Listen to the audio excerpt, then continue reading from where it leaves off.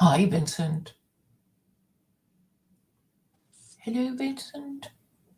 Hi, wait, can you give me a second? I'm trying to get this to work on my headphones. Hold on. Okay.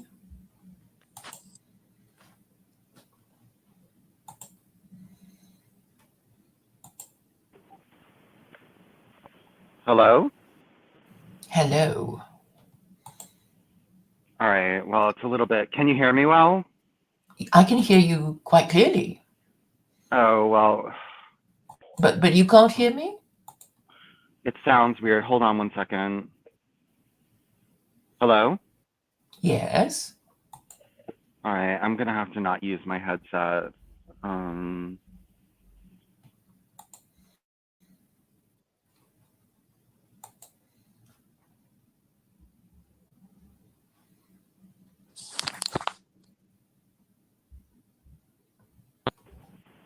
Hello? Yes. Hello. Okay, that's better. It's better for you. Good, good. Yeah.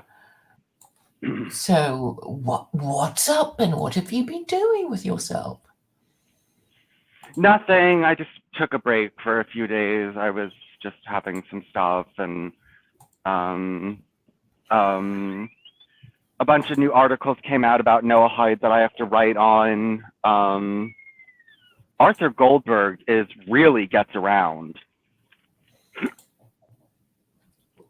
Um, are you talking about his court case, his appeal that they won't grant him? No, he gets into all the major conservative news outlets and gets his Noahide agenda in there. He just got into the Heritage Foundation. Mm-hmm. I suppose because of his court case, they would be anxious to hear from him. Yeah, I'm sure that they are. Well, because it's quite outrageous. I mean, I remember him complaining about they won't even give me a reason why they won't let me appeal to the federal court. You know, a one sentence answer is not enough, or words to that effect. So, so I guess what he's trying to do has national importance. Yes, well, I mean, well, anyway, he's very popular and everybody in the conservative media outlets likes him. So he gets around. But Hmm. we did talk about LifeSite News turned against the Noahide laws, right? We talked about that. Yes, yes, you said that. And you were talking about this to what, Trad Cath Knight? I will be talking about it with Trad Cat Night on the 15th. Hmm. Yeah, I think the no-height laws have been mentioned a bit. Uh, well, actually, by Rabbi Mizrahi, because he's just on a series of 3 lectures on the foundations of Judaism, the 13 principles of Judaism, that sort of thing. It was kind of his Passover treat or whatever. But I thought it was interesting how he's um, yeah, he said something interesting, and I can't remember now, but I did tweet about it. Um, and I'm just looking down my Twitter You sent timeline. it to me. Are you I looked. smoking? I can hear you puffing away. I was, yes. You sound like a train. No, I mean not all the time. Actually, I stopped smoking weed, so. I mean, this morning I was walking back, and there was this woman, and she was smoking a joint on the street, and it was just so annoying. Is it legal in England? I don't even know. Nobody really knows what's legal and or what isn't. But it's like, yeah, it's almost gone. It wasn't like one of those you know, you know joints that look like a joint, in that conical shape thing. And she'd already smoked it to a stub, so any moment now she was going to throw it away. But I recognized the smell, um, and then she was sort of laughing to herself. So I don't know. but Interesting. I guess it's the equivalent of going around swigging from a bottle of, I don't know, alcohol, Right. which is, in some way inappropriate. Yes. Yes. Yes. So, have you enjoyed your break? Yeah, a little bit. Mm. So, I mean, yesterday I was responding to. Okay, while we haven't been streaming, I've been looking at other things, and I've been looking at Jared Taylor and E. Michael Jones. I don't know if you had a chance to look at their discussion. Did you? No, Jared Taylor and E. Michael Jones. Yes, I mean it's Who's not a who's recent Jared? one. Who's Jared Taylor again? Who's that The again? American Renaissance guy who's Oh, always okay. talking about low IQ blacks, and so he and E. Michael Jones were having this discussion, and E. Michael Jones, who is really, well, I think he's intellectually just honest, but he's very sharp, and he dances circles around these Jews, the rather dim Jews, and he was saying, look, white supremacists don't have rights, but Catholics do. So give it a rest. You're not going to get anywhere going on about race. And Jared Taylor was going, oh, I need to go on about race because it's so obvious. No, he didn't go on like that, but he said words to the effect of, so he wasn't going to change his ways, and he's going to be back on Twitter again. And who else? Discussion between Arvol and Joel Davis. Do you know Joel Davis, the Australian? No, who's he? He's basically this white nationalist Australian who, I guess he fancies himself as an intellectual, and to be fair to him, he is capable of expressing himself in that way, the way philosophers and intellectuals do, and so he was basically saying why I am a racist in his first and only post on Substack, and basically I made a detailed response to that in my Substack. And so he was talking about the friend-enemy distinction and blah blah, and but back to his discussion with Arvol. So apparently the last time he had a discussion with Arvol was a year ago, and I do recommend you watch that discussion because it was Arvol going, oh well, I'm going to create this new religion for the peasants and build these communities, and it's going to be great. And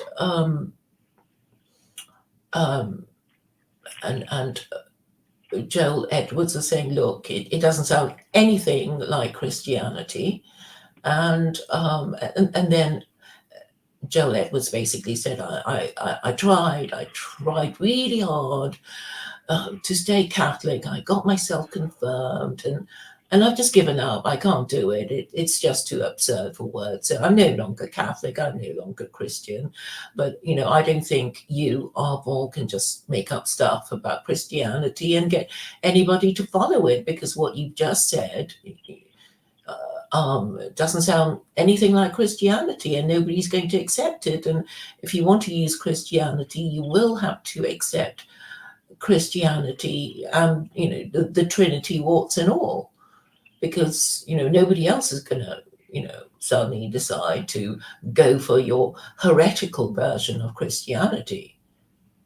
And that was basically what I understood Joel Davis to be saying to Arvol, and I thought that was quite interesting. I mean, yeah, I think it's quite interesting the way so many of them are now discussing theology, and this gives me hope. But and also Joel Davis says he still believes in God, despite not being able to believe in the Trinity. So what is he now? A deist? Well, he's not saying he's some kind of agnostic the way Adam Green is. So I guess he must be some kind of deist. Oh yeah, I meant to ask you as an American, what do you understand this deist, theist this debate that took place in early America? Well, I know like Franklin was a deist, and the way it was explained to me in school was not very deep. I just remember that they believed like God wound up the clock or wound up the universe and then just kind of left it and has no, you know, guiding force in it, that he just kind of wound it up and then left, and he's not really actively controlling it. Yes. Yeah, I think that somehow falls, because I think the only purpose in making this theist deist distinction is basically, all the Europeans who've just been driven mad by this Trinity thing, thinking we still believe in God, but just not the Trinity, and they wanted to distinguish themselves from the Trinitarians who say, no, it's got to be the Church of England or Catholicism or, or whatever, church that we come from, and we all believe in the Trinity and we're not going to be, and I think that was basically the real difference, but they didn't want to say that, I think, because somehow they felt, I think they had to hide this real area of disagreement to make some people, to make ordinary Americans still, follow all the stuff that they're supposed to follow as Christians, family values and all that. Because, I think whether you believe in God or not, you sort of think we have to have some story to make the people marry and have children, or else they'll just go gay and transgender and God knows what. And and this leads me to think that what is happening now is not even that unpredictable. And I'm sure in centuries past, before even the American Revolution, this thing happened. People just saying, we don't see the point of getting married. We don't see why we shouldn't be gay and transgender and everything. And I'm reminded of this Machiavelli in The Prince, saying, he was talking about old empires and how effeminate and decadent they were, and it's almost a feature of old empires to be effeminate and decadent and kind of not really respecting marriage and family values, which sort of suggests that it keeps happening again and again. Which makes me think of Marx, who famously said, history repeats itself. I think he says, history enacts itself as tragedy and repeats itself as farce. Something like that. So I guess, it's happening to us more on a global scale because of the, extent of the American empire, but it's the same thing, really.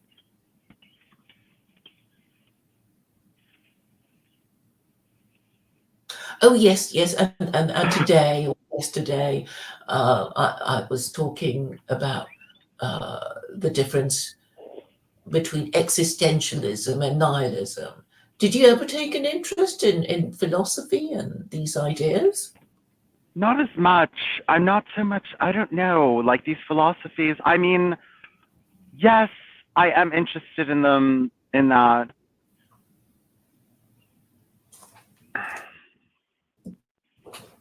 I don't know. I just feel like I'm more practical than that usually.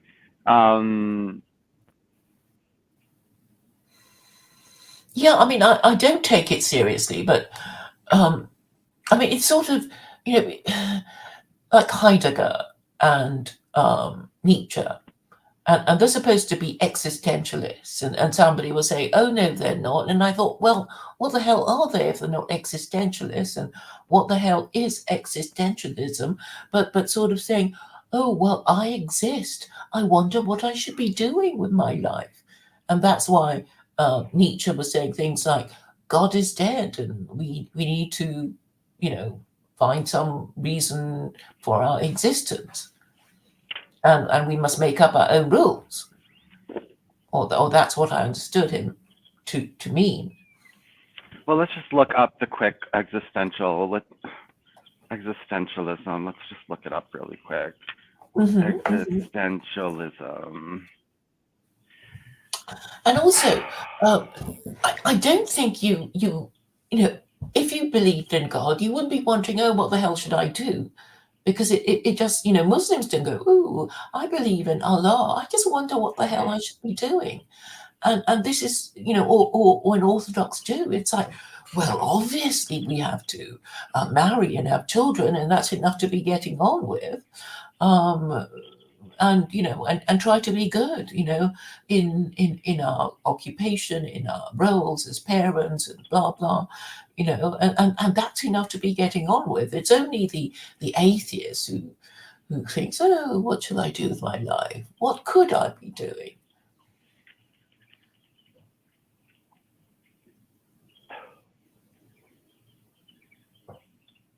I mean, I think Heidegger had the same idea too, like, oh, we've been thrown into this world.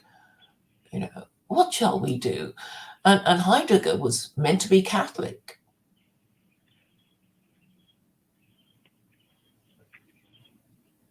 Yeah, I mean, well, yes. I mean, that wiki on existentialism, at least the beginning, didn't really flesh it out very well. It's telling who it's associated with, the question of existence, definitional issues. Yeah, it has definitional issues, doesn't it?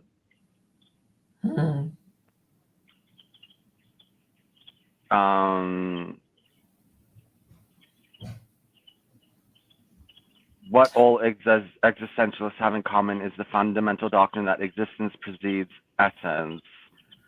See, this is, even with these, I don't like a lot of these right wing, they post these things from Nietzsche and Guénon and Evola, and it's always these very existence precedes essence. Like, what the fuck is that supposed to mean? Yeah, it just sort of makes you want to roll your eyes and think, well, at least if you're supposed to believe in God, then it's a simple enough narrative to understand. Okay, there's a Wikipedia article on existence precedes essence, and it says there's a central claim of existentialism which reverses the traditional philosophical view that the essence, the nature of a thing, is more fundamental and immutable than its existence, the mere fact of its being. I don't even understand what that means.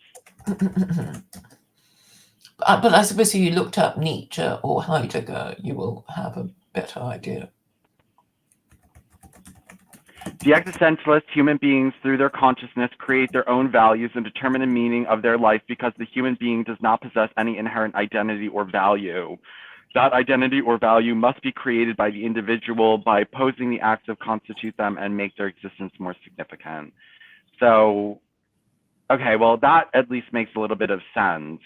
But this thing, I never understood the thing in itself. Like, when they talk about the difference between the thing and the thing in itself, what the fuck are you talking about? I find these concepts very hard to understand, and all these right wingers are, whenever I read, they post these quotes from Nietzsche, I don't even really know what it all means. It's very it almost sounds mystical, it almost sounds nonsensical, and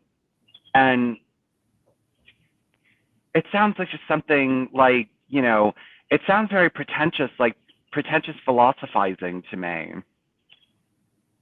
Yeah, and it would leave, a lot of people cold. But I mean, I suppose at the very basic level, existentialism is, what shall we do with ourselves if God does not exist?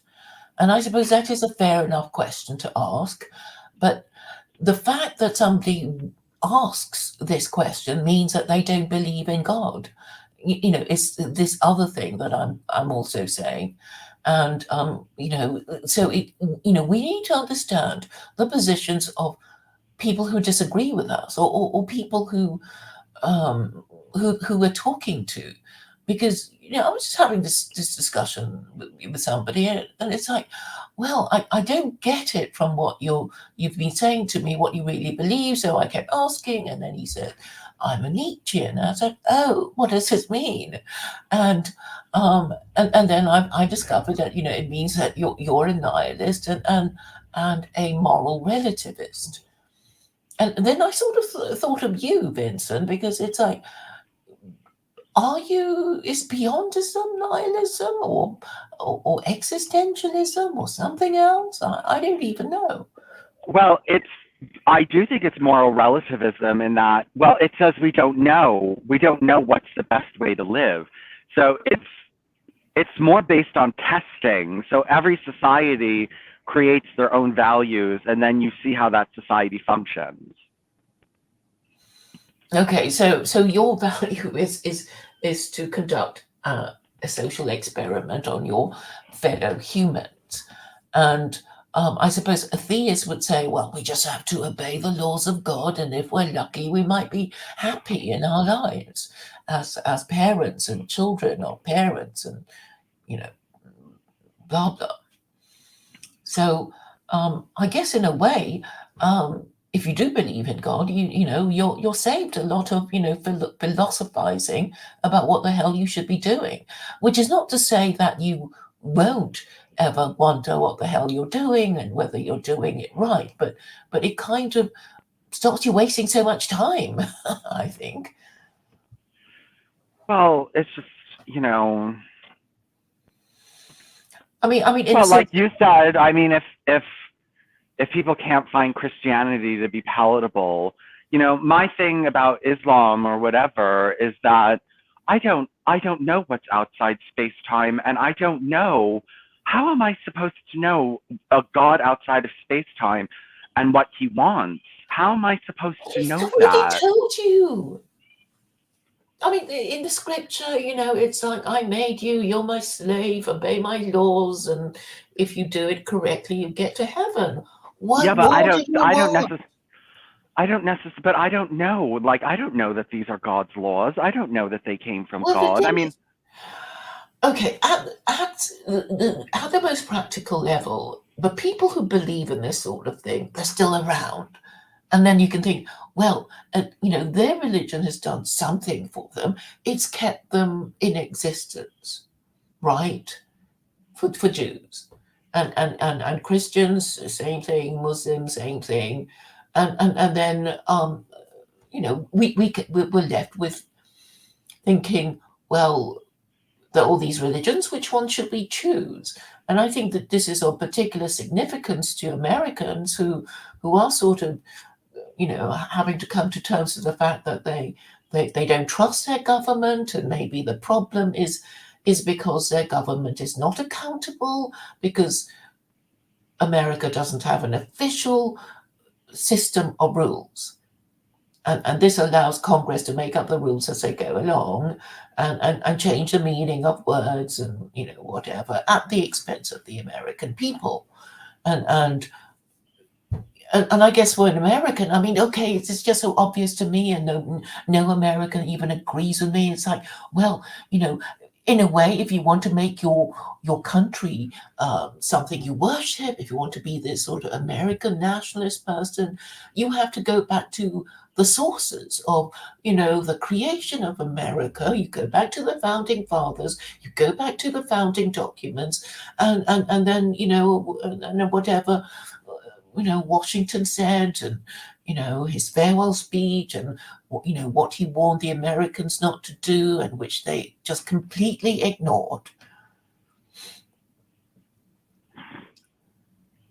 So, I mean, he did talk about religion, did Washington?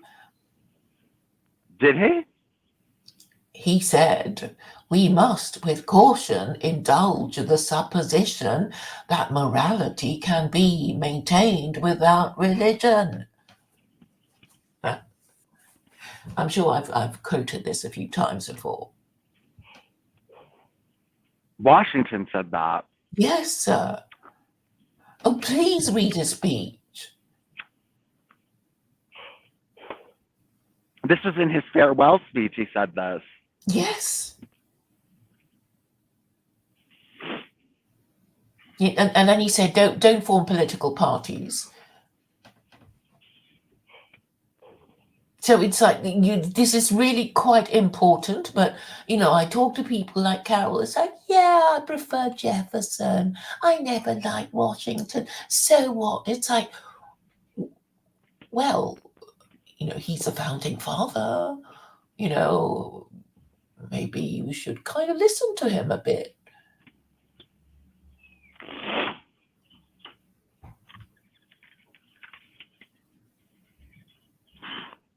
And yeah, I mean, I have tried to get a few Americans to read it, and it's sort of, the language, it's a bit archaic. Oh, well, I listened to it on YouTube being read out, but I fell asleep. Maybe I'll listen to it on YouTube.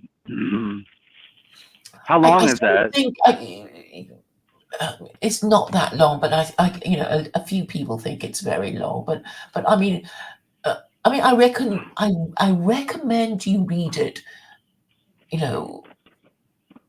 yourself, just because a lot of the ideas are quite complicated, and that's why I'm saying don't let the speed of somebody's reading dictate your ability to understand it. I mean, if you're reading it yourself, you can slow down when you think, oh, this is an interesting idea. Oh, I don't quite understand this word, and then you go back on it. But if you just let somebody read it, I mean, I think that a lot of ideas contained in it are quite complicated, but I'll just mention that there is a Wikipedia entry that kind of summarizes it very nicely and puts it into headings, but I still recommend that, people read it. I mean, just to, ask themselves how much of his advice has been ignored by the current administration.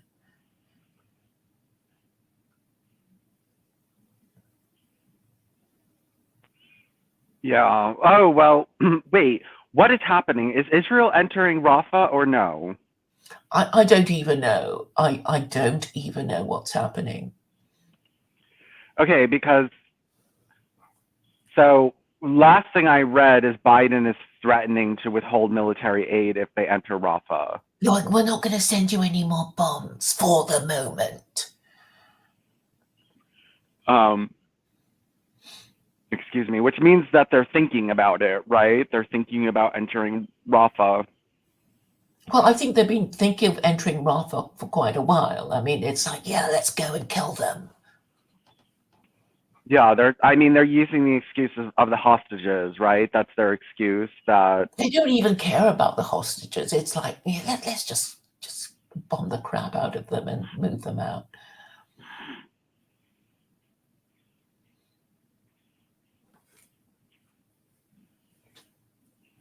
I mean, I think the whole thing was obviously an excuse to, move them out.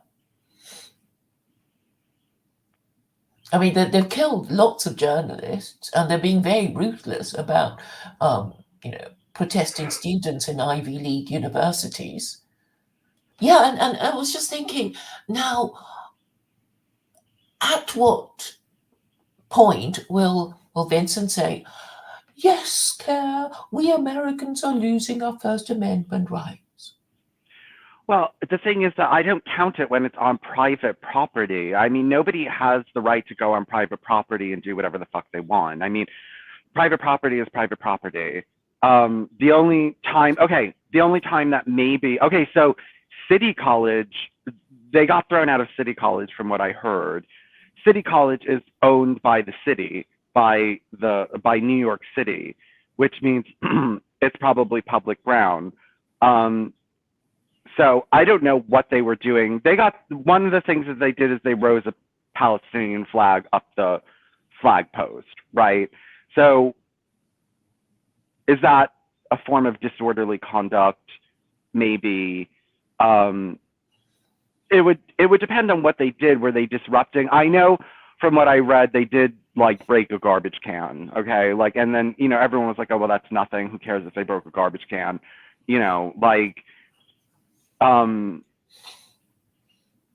mean, I've seen a few encounters with the police. I mean, I saw one on Odyssey. It was RT reporting on the Dutch police engaging with the Amsterdam University students, and they were it's Indian style. They had sticks, and basically they were just kind of pushing them into a corner and then grabbing a few of them and throwing them to the ground and beating them with sticks.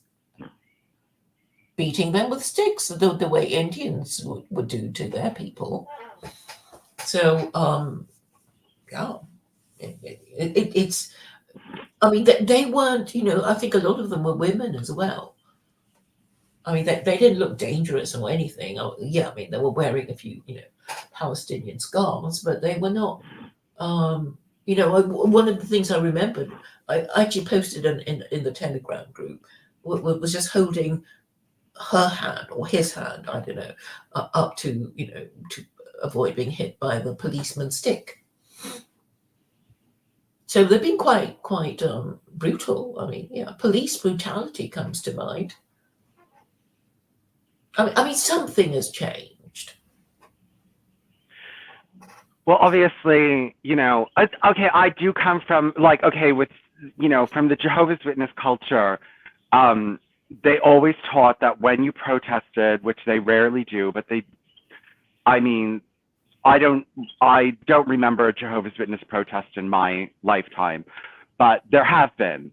And they always told us that when you protest, you have to do it in a very orderly, legal way, and that they said do not disrupt. We were not allowed to disrupt traffic. We were not allowed to disrupt pathways.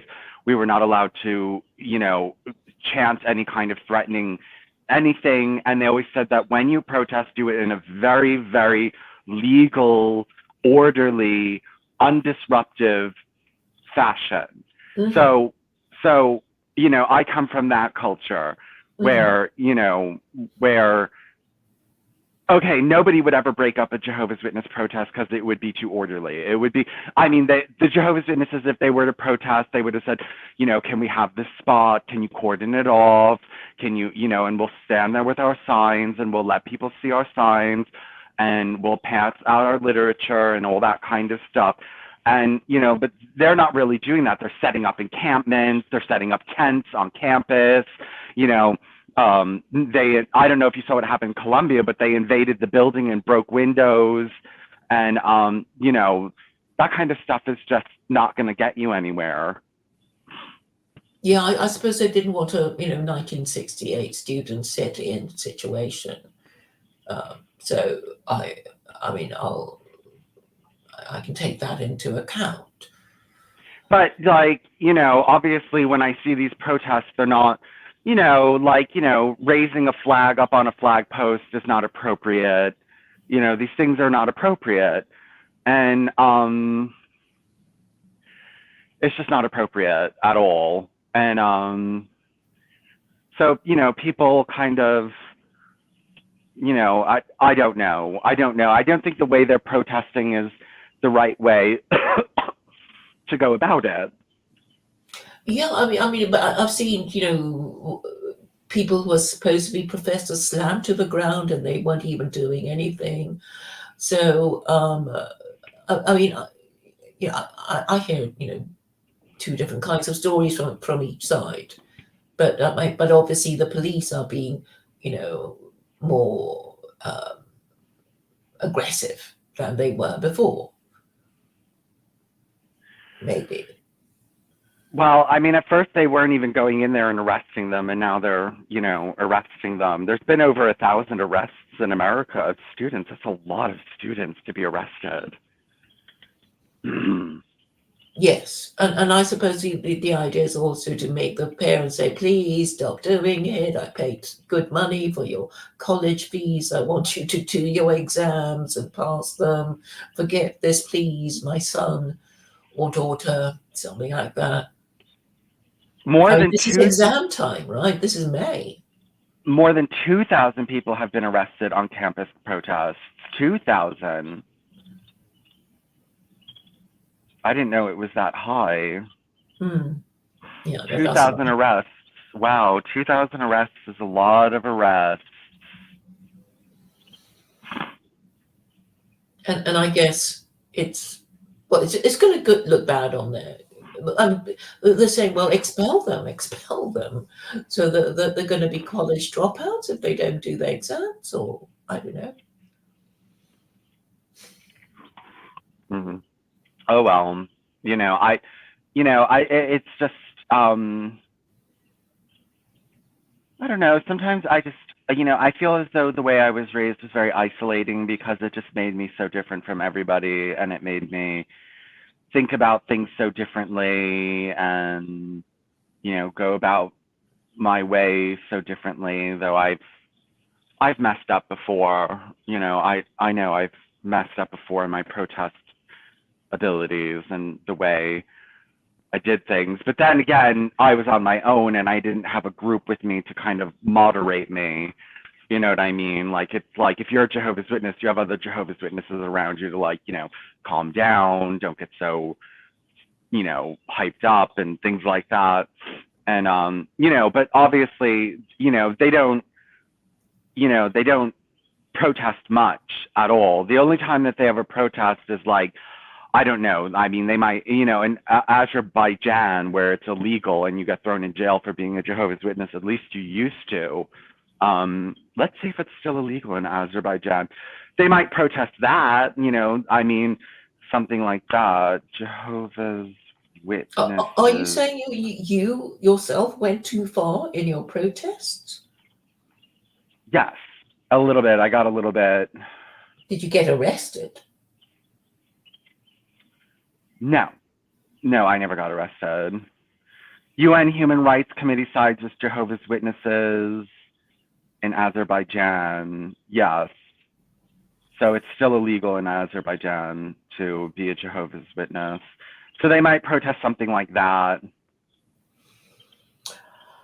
I can't help but feel that if everybody were under a different set of rules, so that the rules I have in mind, things would be a bit better. Because I mean, do you agree that the religious is political and there is no difference really? Say that one more time. Would you agree that the religious is in fact political and that there is no difference really between the two? Between the religious and the political? Well, it might depend. Remember the other day we had that Jew boo on, that Jewish Buddhist on, and he said, well, Buddhism is not really for the government, it's more for the monasteries. And like, I think it depends. Like, I don't know. Okay, like there's people who don't call themselves Hindus, but they call themselves Vedantists. And I don't know if Vedanta is inherently political. I don't know if it's inherently political, to be honest with you. Maybe not all religions are inherently political. I mean, if you're a pagan, I don't know, if you're worshiping multiple deities and it's the shallow kind of, praises, is this political? I mean, well, I guess I think it's so obviously political. I mean, okay, if you're a Hindu but you call yourself a Vedantist, you're obviously showing that I'm not just a mere idol worshipper. I know stuff about the Vedas or something. I mean, isn't that what somebody who calls himself a Vedantist would be doing by insisting on calling himself a Vedantist? Well, you're separating yourself from Hinduism by calling yourself a Vedantist. I mean, maybe it's all a little political, but some of it is more political than others. Obviously, religions that have a legal system are going to be more political than those that don't have a legal system. But even if you say that, I reject organized religion, you're actually making a political point.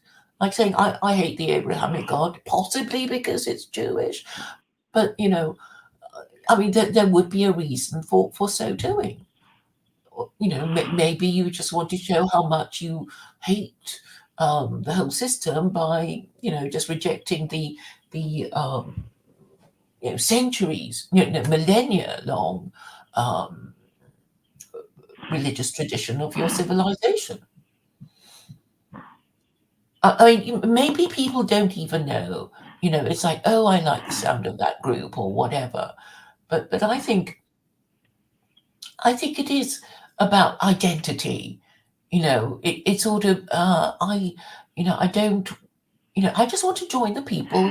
This group who hates that group because I hate that group too.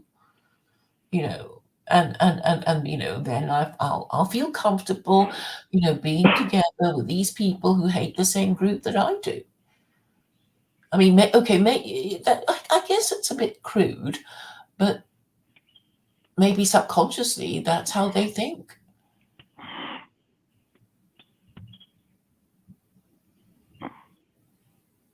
Well, I suppose you're doing things for a different reason.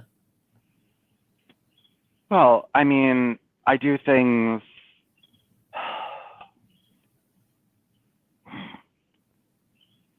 Well, I'm more like, liberal in the care harm kind of ideology of like, does it harm anyone? Does it discriminate against anyone?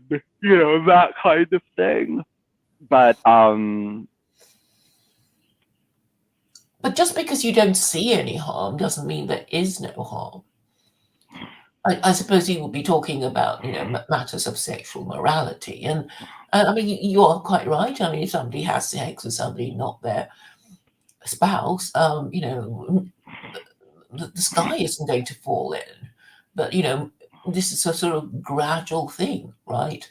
And then if you allow it to happen, then more and more people will have extramarital sex until it's normalized, the majority, and now you can't even say it's a problem without people, looking at you as if you were a freak.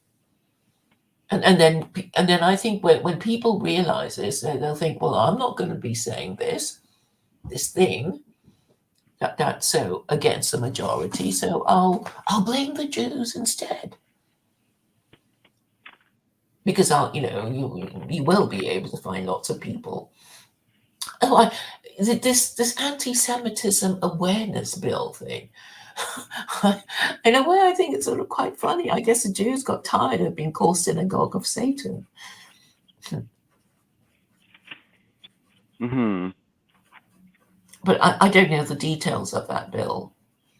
Well, they're trying to use that working definition of anti-Semitism, which basically makes it illegal to say anything, negative, about the Jews, even, to question what's going on in Palestine, and, you can't refer to them as being like Nazis. There's lots of prohibitions on what you can actually say about them. Yeah, I mean, do you think they're doing this to actually incite anti-Semitism? I Maybe. wonder if it's done on purpose, and then because more anti-Semitism is incited and provoked, they're going to say, "Oh, look at these terrible anti-Semites. We have to censor them even more." Yeah, maybe. I mean, there is that theory that like, Jews kind of promote anti-Semitism, or, that they like anti-Semitism because it makes it, it gives them a reason to be victims, and then they can crack down on speech, and they can crack down on groups, and, these different kinds of things. So yeah, there is that conspiracy out there that, like the working definition of anti-Semitism is inflammatory, and it's obviously something that's going to cause a rift in society. I I think feminists do that too. I mean, they kind of, make provocative social media posts and then complain, then claim victimhood when people are provoked and are mean to them. So I don't know how much of that is deliberate, but I guess we'll never know. But I do remember the late Rabbi Sachs saying something. I think he was using the analogy of Abel and Cain, and he was saying, well, if you're always treating a group, a one of your sons better than another one, I mean that's the quickest and easiest way of making them hate each other. I think he Yeah. was talking about Jacob and his sons. So we don't know if it's deliberate or accidental, but the thing is, I don't think people even care about um, the administration of justice. Uh, when I was doing law, I had to read all these law reports, and a recurring phrase was, um, justice not justice must not only be done; it must be seen to be done. And and nobody ever says this now, because I suppose it's so obvious that it is not being done. They don't want to draw attention to it. Because if it's not being seen to be done, then eventually people will think, well, what's the point of taking any case to court? We're not going to get justice. We might as well overthrow them now.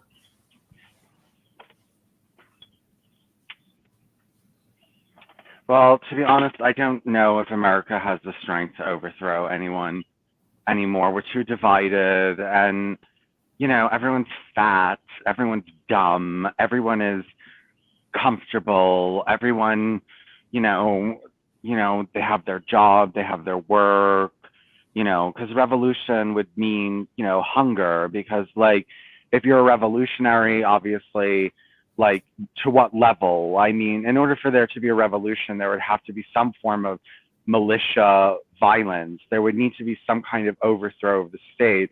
And who has time or money or whatever? I couldn't go become a militant now. My husband couldn't go become a militant. How would we like pay for our apartment and our food?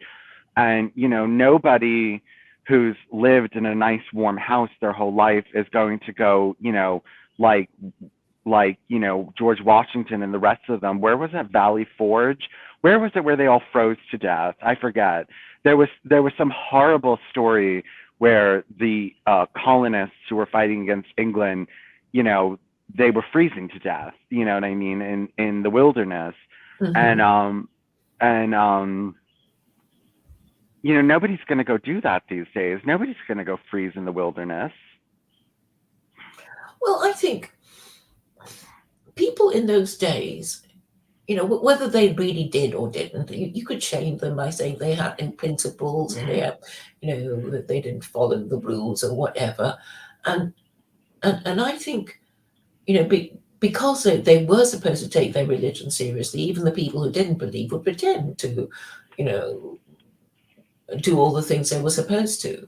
Yeah, And but this, it also just had to do with their comfort level. They didn't, they were poor. Most people were poor. They didn't have much, and also like, what's the difference? I mean, your cabin was cold and drafty anyway, and you didn't have much food anyway, and you know what I mean. It wasn't like you were giving up some lavish lifestyle in order to go out and fight the government. And that's what's happening now. I mean, all these boys are addicted to video games. I hate this video game culture so much. It's like so invasive, and it's so like muting. I mean, it's so, well, the thing is that I think, I was reading some Muslims don't like their children watching television because they feel that it makes them weaker. And I feel like, okay, the thing is that all we see on movies and video games is kind of like this easy, like, going out dressed up in your sexy military gear that's all tight, and then you have these like great huge weapons and guns, and it's like nobody ever has to worry about food, water, shelter, these different kinds of things. And I think it kind of why isn't it that easy? Why isn't it as easy as a video game? Why won't it be fun like a video game? I mean, war is not fun. War is not fun. It's not nice. It's not pleasant. It's a horrible experience. And, who's going to want to go through that? So the idea... I suppose Americans are not at the stage of you have nothing but, to lose but your chains situation that Marx was talking about. Yeah, I mean, we have a lot more than that. We're all built up and, comfortable, and we have central heating and central air. And like, if I had to go, freeze somewhere, I wouldn't be that pleased. I mean, that's I don't know what the full reason for, I know they're having problems getting white people to join the military in America these days, that it's like really declining. And part of that has to do that nobody believes that these wars are good. And so, nobody wants to join, but also it has to do with the fact that, nobody wants to leave their video games to go into the desert and, sleep on cots and not be able to shower all the time, and, these different kinds of things, and be in a regiment and not be able to go where you want, when you want, and to be in a foreign country where, you can't just go hang out in a coffee shop and chit chat and, these different kinds of things that, people want to be able to do. And I just don't, I can't see, I don't know if there is hope, to be honest with you. I don't think that they're going to be able to revolt. And I mean, I don't know. I think the quality of the human race has declined. Our intelligence is declining. Our physical fitness is declining. Instead of walking, we drive cars. Instead of, we can, it's just, everything's air conditioned and we're used to that. And it's just a comfortable lifestyle. I suppose there are not that many people who will just, say what they believe to be the truth, or, I mean, what is it? I mean, I guess in the olden days, people with the religious principles had all these religious principles as opposed to, believe in and follow, and I'm just making it really simple and say, well, if it's true and logical and moral, you should feel comfortable being able to say it. But it seems they're not. So, it's not like I'm saying, oh, you have to go over the top and charge at the enemy who's throwing, spears at you or shooting at you. Nothing of the sort. But I think people just can't even make the arguments because they're scared of being kicked out of their own group. That, I think, is what they fear. So I'm talking. They don't want to be isolated. They don't want to be isolated, and then nobody wants to be isolated because that's dangerous. Being isolated. I mean, but I suppose we are relatively isolated because nobody agrees with us. We're not, a member of a big group. Yeah, well, but most people are not willing to do that. I mean, most people are not willing to leave the herd and, be on their own where all the lions can get them. And, it's not something that, most people want to do, unfortunately. And, because you're going to suffer. You're going to suffer for that, and people don't want to suffer. Yes. I mean, I do see, but I'm saying, we both lead reasonably comfortable lives and we have central heating and that kind of thing. And, it's not that uncomfortable. But even then, they won't do it because they have to be with their bigger group, I suppose. They want to be with their big group. Online, it's still online. So they can feel that they're with a big group, and yeah, they are behaving like a herd, afraid to leave it, and and I guess not exercising their free will, because one of the things that I was thinking about when we were not when you were on your break was what it means to have moral agency. And I didn't quite understand why you denied yourself moral agency. Surely it's Well, more because I don't believe dignified to have it than not to have it. I don't believe it's scientific, and I just don't believe it's true. I don't believe that we have free will. It's not something that I believe in. So I have logical reasons to, reject it. And, people who don't believe in free will still believe in order and justice and, you know, that kind of thing. And they have ethical values, but it's not coming from free will. It's coming from a determined state. I mean, we've already discussed if somebody steals something from you and you try to get it back, that's still determined. I mean, you don't need free will in order to want your stuff back. Oh no, I'm not saying how people would feel if you did stuff to them. I mean, obviously, if you're nice to them, they'll want to be nice to you. If you were nasty to them, they want to be, you know, you want to be nasty to them back. I am saying, as far as free will is concerned, that we are, in theory, capable of doing something that would change our lives. That's what I'm saying. So you could, I mean, suppose, yeah, I mean, you could do something that would change your life, and that is what I mean by free will. You can decide to do something that people around you would think that's really weird. I wouldn't do such a thing, but why did It's that kind of idea, not this sort of reciprocity thing.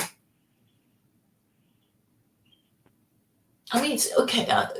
Christopher Columbus, he he had this idea that the world was round, and he wanted to prove it.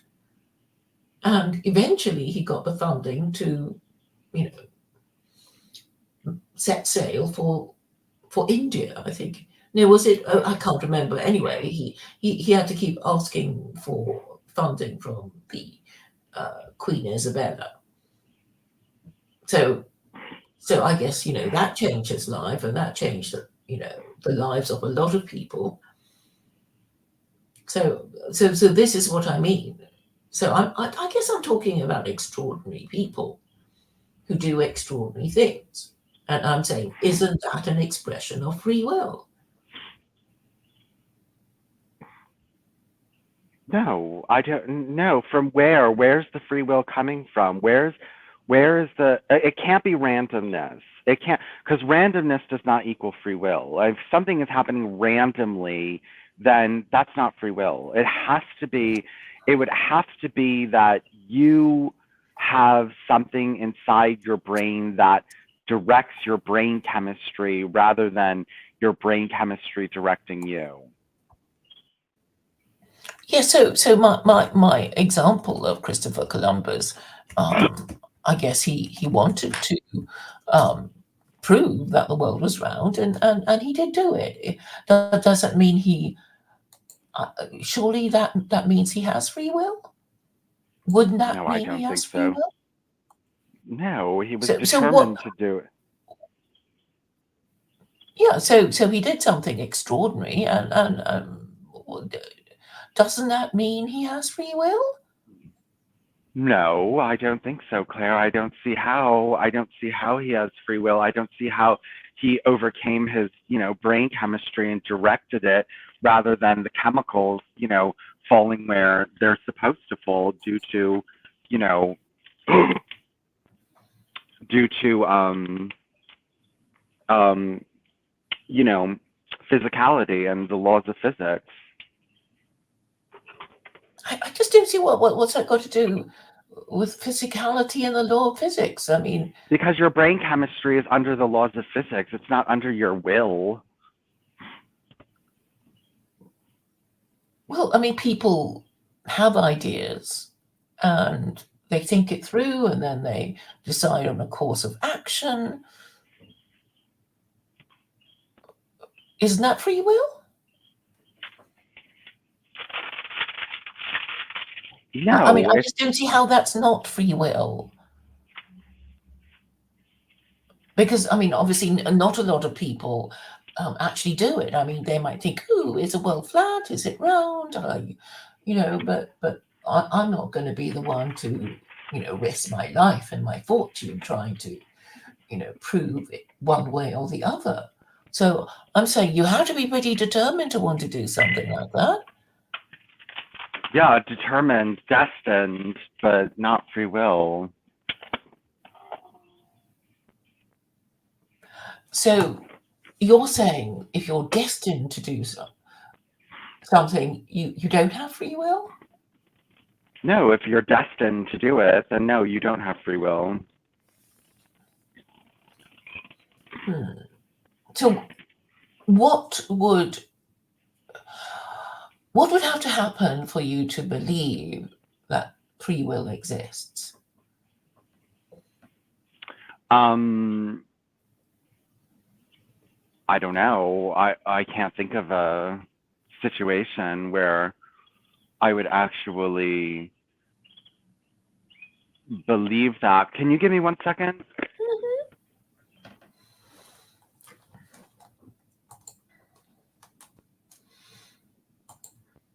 Elliot Blatt is in the chat. So he asks, I've heard that only 20% of Muslim men in the UK work for a living. I don't know about that. The other 80% receive state benefits. I don't know where you get that from, but I'll assume that it's true for the sake of argument. Does the Quran permit living life as a tosser? I think you mean welfare scrounger. Well, you could say that Muslims shouldn't be here in the first place because it's an un-Islamic place.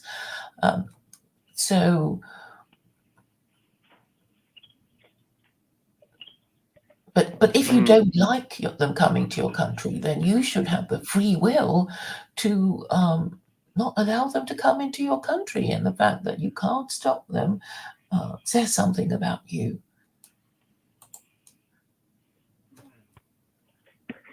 I'm listening, Claire. I'm just eating something very quickly. It's a croissant.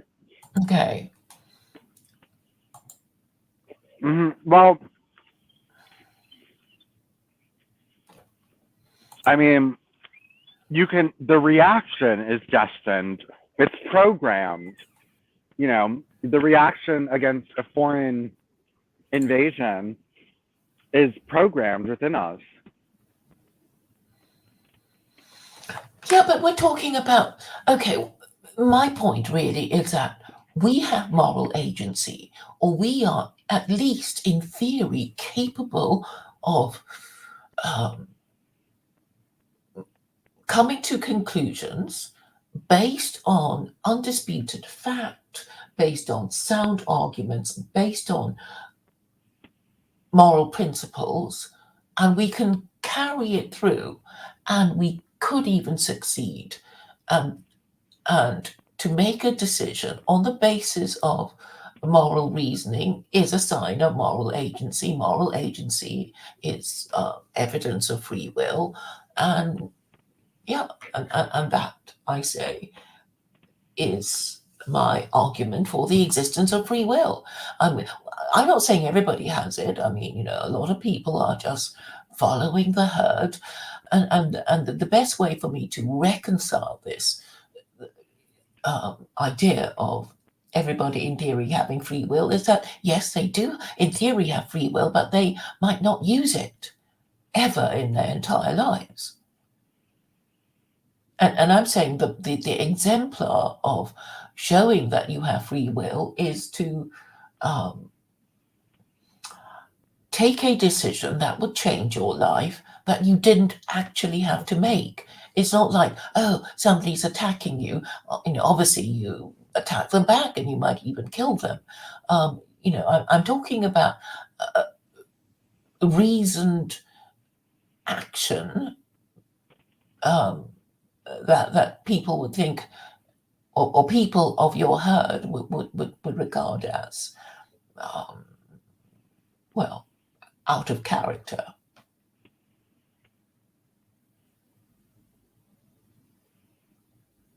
So, okay, it's Moses. So, I guess, from his story of his encounters with the burning bush, he didn't particularly want to do it.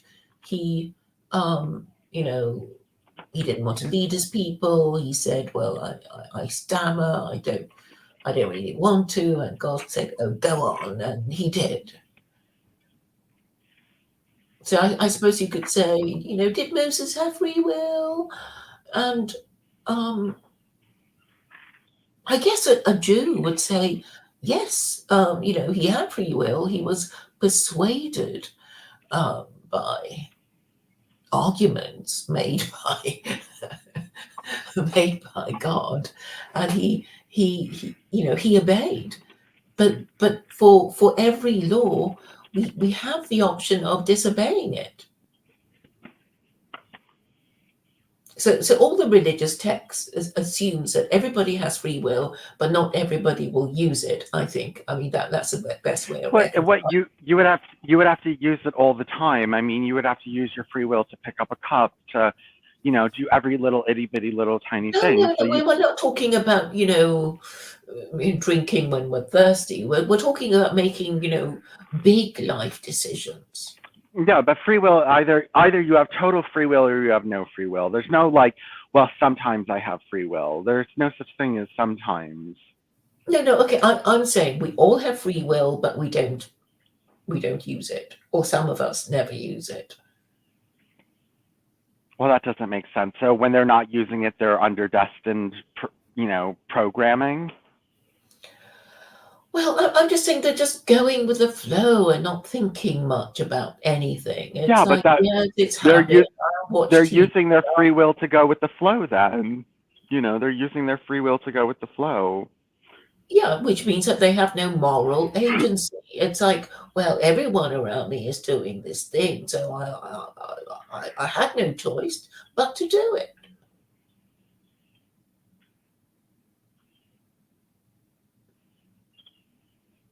I mean, surely that is the difference.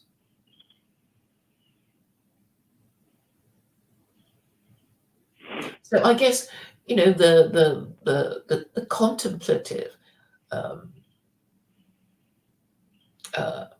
Yes. Okay. So Aristotle will talk about the examined life, and he said the unexamined life is not worth living, and I guess he was implying that he, a Greek philosopher, examined his life and it was worth living, and the others of the herd who never think to question anything didn't have lives that were worth living because they didn't have free will, or if they had moral agency, just chose not to use it.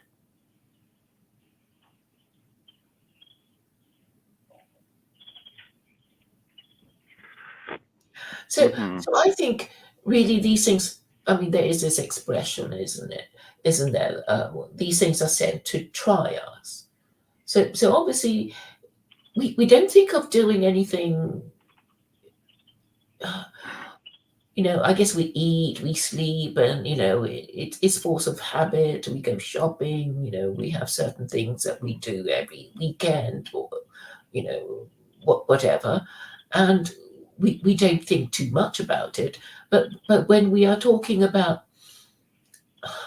voting, perhaps, or making political decisions in elections or referendums, then we would have to use our moral reasoning. And so I guess we are talking about people capable of using their moral reasoning.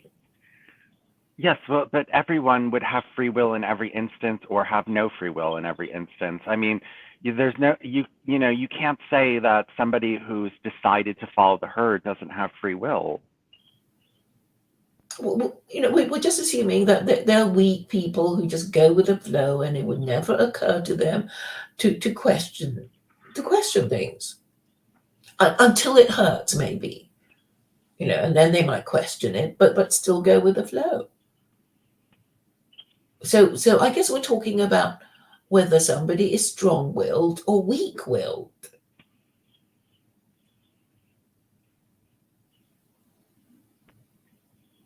Well, they would still have will. They would still have will, but their will is, to do what the larger group wants. Yes, and in Judaism, there is this idea of the evil inclination that we are supposed to overcome. There is a saying that we know the good, but we choose the evil. I mean, why do we do that?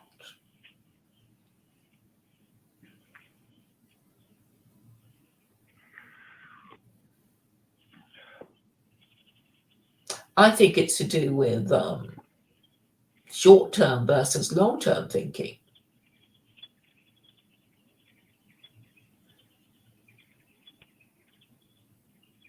And I guess some people are more able to think of the long term than other people. And I'm also suggesting that people who believe in the afterlife are more capable of long-term thinking than atheists.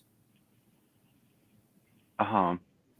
I mean, I think you'd agree that's true, wouldn't you? Well, no, I think there's long-term thinking atheists too. I mean, no, I don't think you can just make a blanket statement like that. Well, I mean, I'm just talking about statistical probability. Because I guess the person believing in God would think, I better not do this thing, even though I want to, because God is watching and I want to go to heaven. And the atheist will think, I'm going to do this because I really want to and I feel like it, and here's my opportunity, so I'll do it. And I don't think anybody's watching. Anybody's watching. Oh, when you think nobody's watching what you're doing. Yeah, the thing that you're not supposed to do. Well, that has nothing to do with long and short-term thinking. That just has to do with, doing what's right and wrong. No, I'm actually accepting that even the person who believes in God is tempted to steal or commit, fornication, adultery, or whatever. And what might restrain him is, oh, God is watching, I better not do it. And, because if I did, it would be a sin and I won't go to heaven, and that kind of thing. Well, an atheist will think, well, nobody's watching. I've got the opportunity. I think I'll get away with it, so I'll do it. I mean, that is the difference, surely.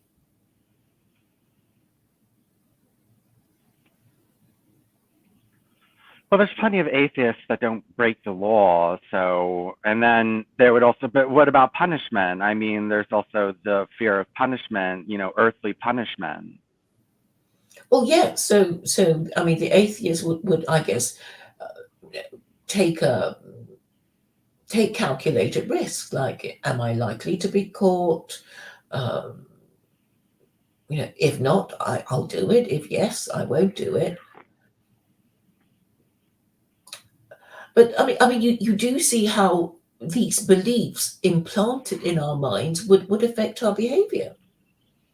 And I'm sure, the prison statistics would show that most convicted prisoners are atheists. I don't think so. There's plenty of religious people in jail. Yeah, do they take proper details? Oh my God, in 2020, atheists made up only 0.1% of the federal prison population. Hold on, who wrote this? This is Only Sky. I don't know who that'll. Atheists made up only 0.1. Are all but absent in federal prisons, according to Otena. Let's see if there's anything else. what percentage of prisoners are atheists? 0.7. No, it looks like the are against you. So which is the biggest religious group in jail then? Well, here this says that overall, almost 1 in every 1,000 prisoners will identify as atheists, compared to 1 in every 100 Americans.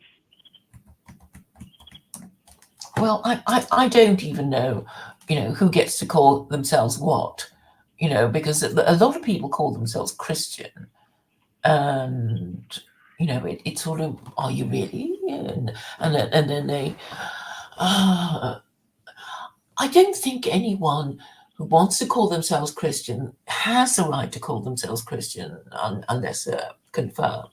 Otherwise, I could call myself Christian, couldn't I? Because I could say, oh, today I believe that Jesus is God, and then tomorrow I'll say, oh, I don't believe in it anymore. So there's also a problem of classification. And then I suppose not every person claiming to be religious actually believes in God, because I think a lot of people, pretend to be religious because they think, oh, if I say I'm religious, they'll trust me more with their money.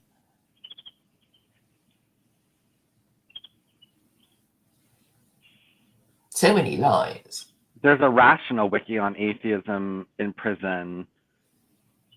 Rational Wiki. What does it say? Well,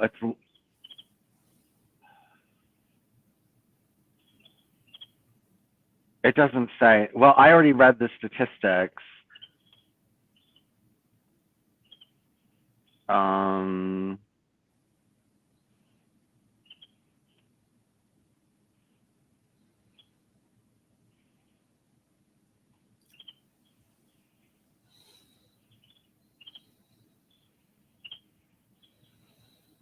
Well, the point is that this has been researched.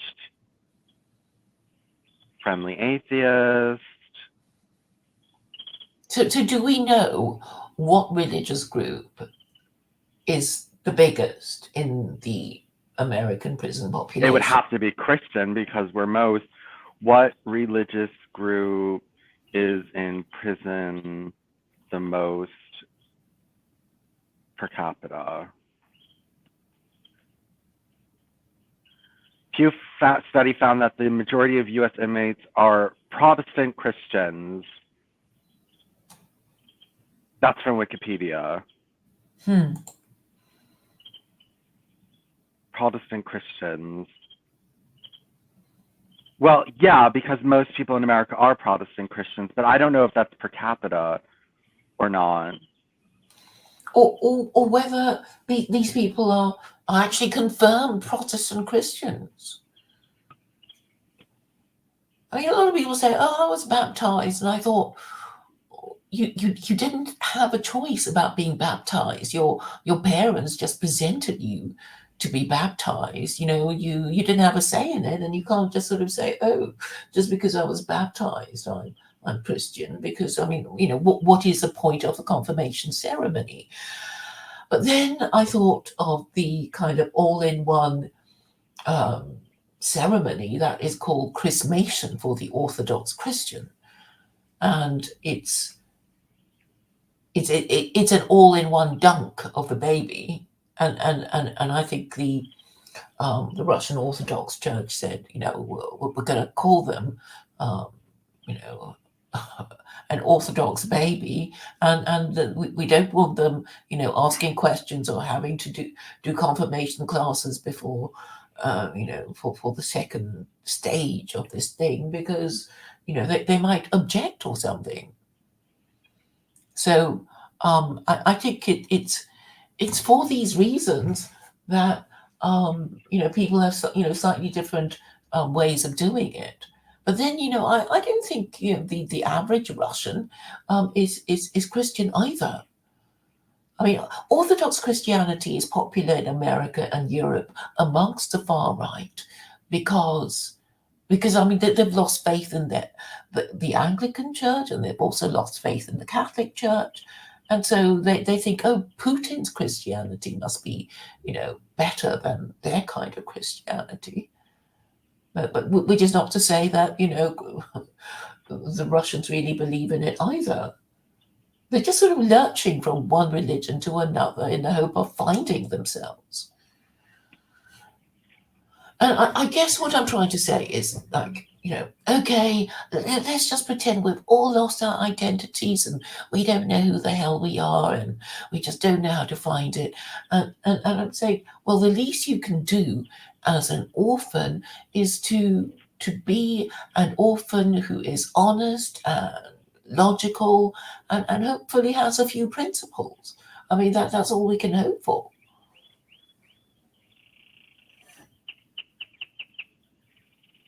Because I mean, okay, I don't think it's a sign of moral agency to say, I'm just going to follow the religion of my parents because I don't want to upset them. I mean, I think that is going with the flow. I think that is not showing moral agency. But then you can convert out of your religion into the wrong religion. Or if you convert for the wrong reasons, because I don't think people convert because they believe. They convert because they think they might get a higher social status. They might get or they convert in order to marry someone. Yeah, I know. People, that's annoying when people convert to marry someone, and that is pretty annoying. That's what happened to my mother, where that's rare. Most people are not going to convert to Jehovah's Witness to marry someone because it's too rigorous of a religion, but her husband did that, and then he wasn't sincere in the end, and they got a divorce. And yeah, I think some of the Jews say don't marry somebody who isn't already Jewish when you met them, because they won't be sincere.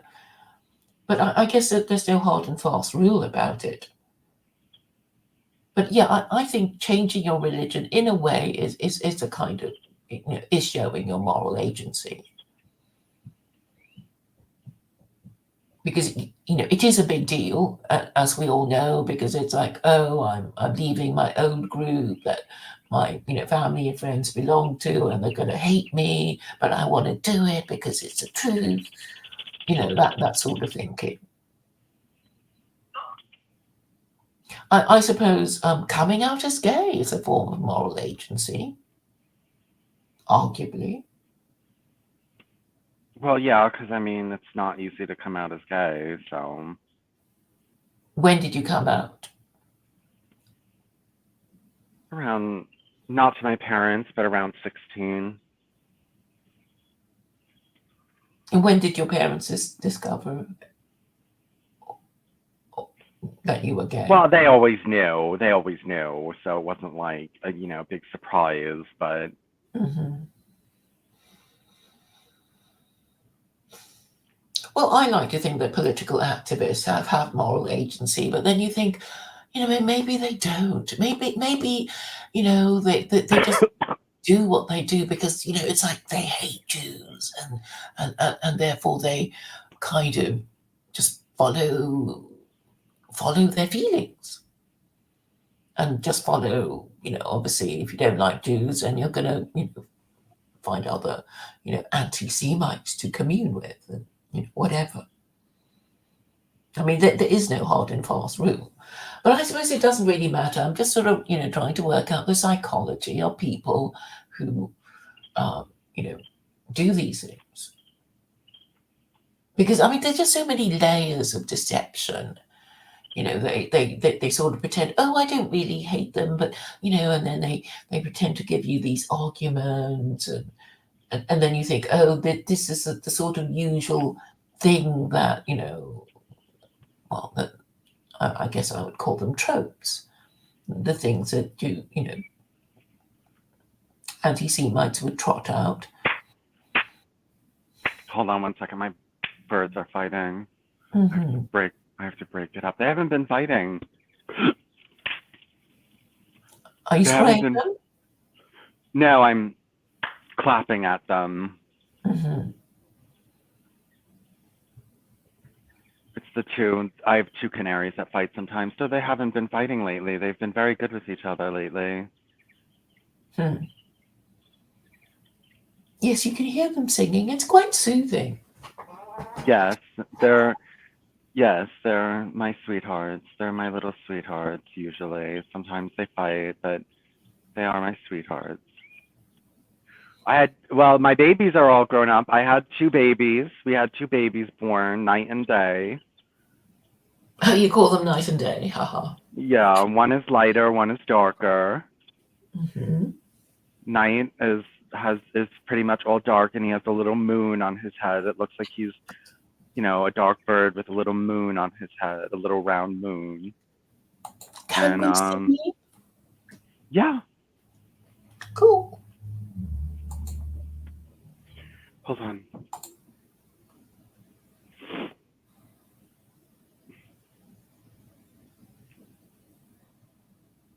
Can you see me? Yes. Okay, hold on.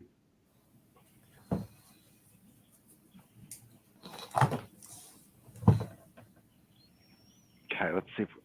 Oh no, can you see me now or no? I can see the carpet and That's the all chair and the dining table. Why can't, okay, there's something weird with my camera on my end. Let's just Hmm. see. Okay, there we go. Okay, let's see if I can get them. Let's see.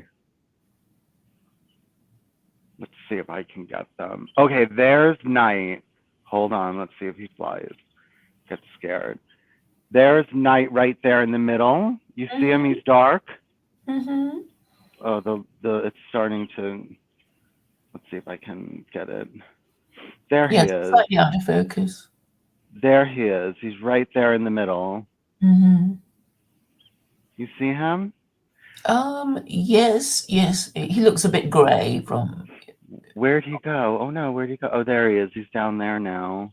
He's all the way down there. And then Day. There's Day. Day is in the back there, all the way in the back.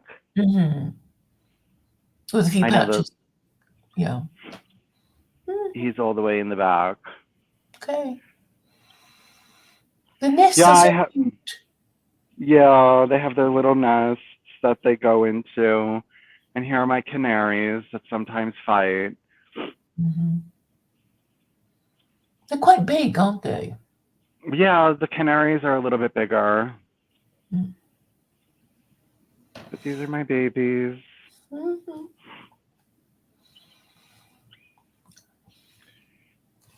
Is anyone commenting? Elliot Blatt is here. Judas called us losers.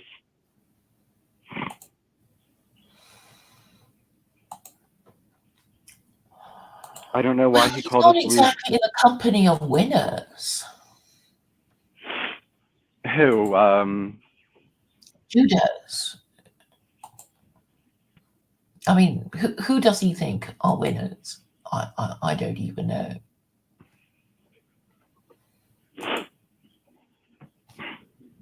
I don't even know. He doesn't like former Rabbi Luis Perez. Is that his name, Luis Perez? You interviewed him once. Did I? I don't remember Rabbi, that. yes, Rabbi Perez, the Mexican or South American. The Christian, the Yeah, Messianic Jew. Yes. yeah. So he became a rabbi and then he left. And Judas He Fly left wasn't. Messianic Judaism, you're saying. Yeah, he left Judaism and became a Christian, and that's He's that. still there. He's still there. He's still a Christian. He does things with that Yana and Steve Ben Noon, the two.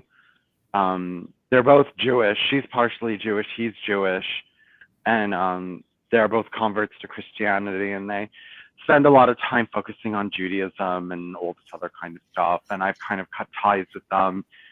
I've cut ties with all these Christians. The only one I go on anymore is Trad Cat Night, and actually I didn't speak with, I was on a space and Adam Green was on it and he didn't seem very pleased with me. So I can, detect that he doesn't want me on his show anymore. Why do you think I did briefly speak to him, and I know I certainly detected waves of hostility, but why do you think he's cut ties with you? Well, because of the gay stuff and the,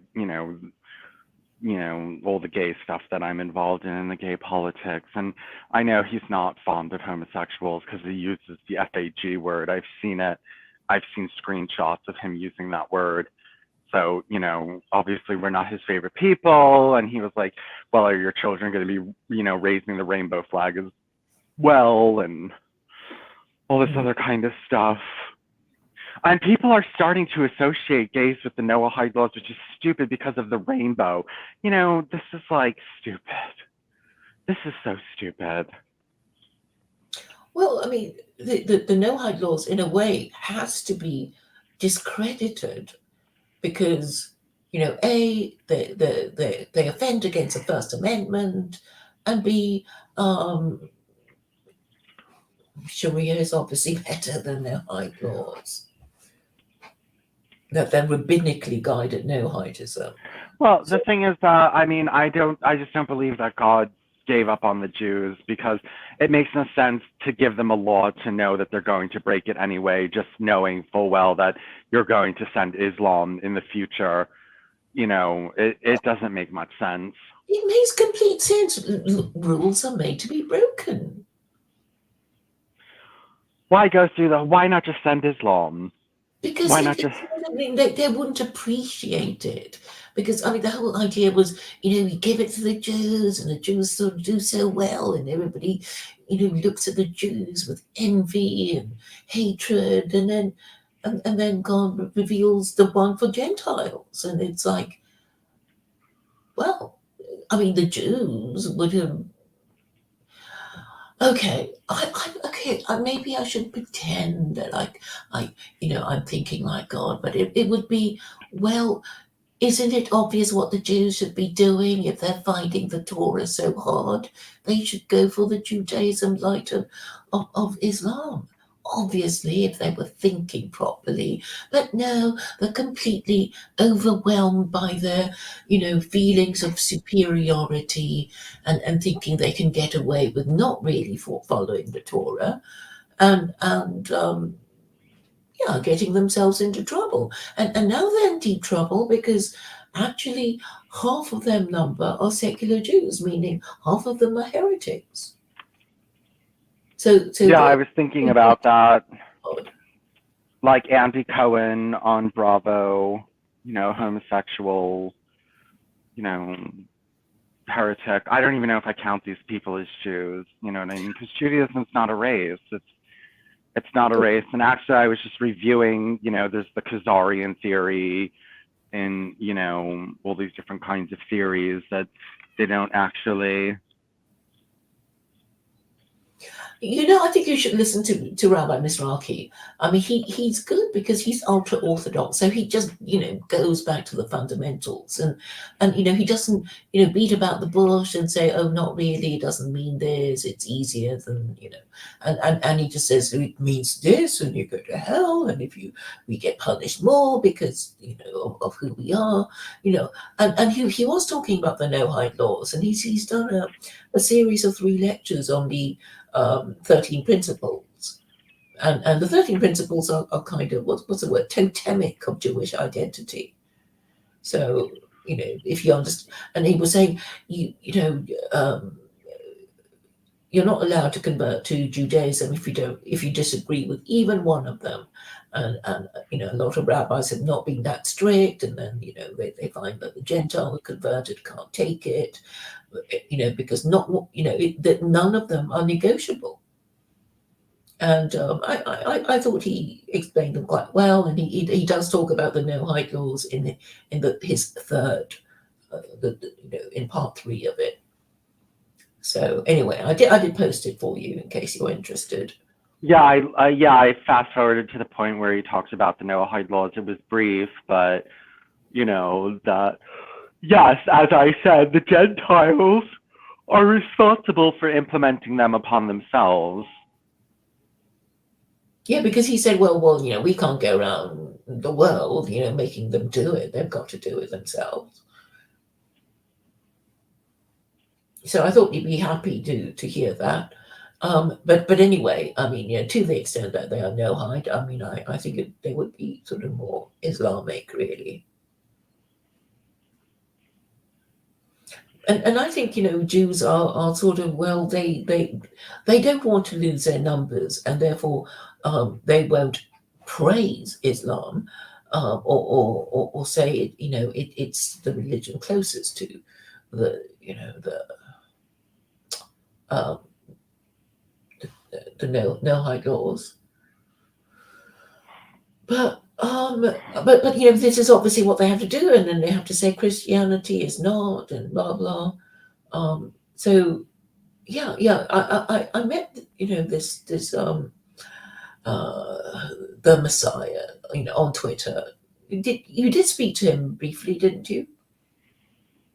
Yes, He says American Israeli. yes, and yeah, and he's just very literalist about. I mean, his whole argument is, how do you know God exists? Well, the Torah said so, and that's it. And and the fact that the Jews exist and Israel exists proves that God wrote the Torah. And I'm just saying, well, I mean, the Hindus exist, and that doesn't mean that God sent the Vedas or anything like that. I mean, other people exist, and Buddhists exist, and Zoroastrians exist, and all these different kinds of people exist, and then all these secular governments exist, and even atheist governments exist. So existence is not enough to prove the reality of God. Did you watch that video by JTB explaining why Jews might be evidence of God? By this I think British Orthodox Jew who basically said,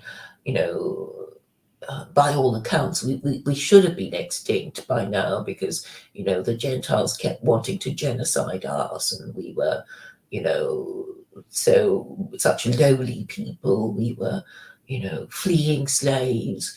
If you thought, slaves were low status, what about fleeing landless slaves? Well, we got, we conquered Canaan, and, because we listened to God and were still around. So it must, it proves that God does exist too, because he just made sure that we're still around. And apparently Voltaire said that, but I'm not sure, Yeah, some king asked what evidence is there of God, and his, vizier or whatever he was said, "Oh, the Jews are evidence of God." I know that quote. Yeah, I mean that would be a better argument for God.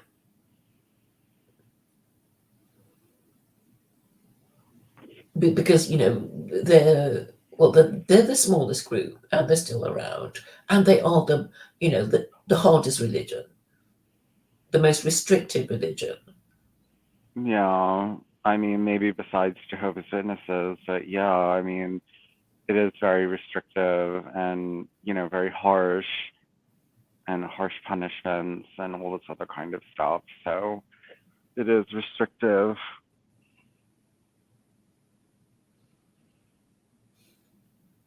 So do you think there is a best religion?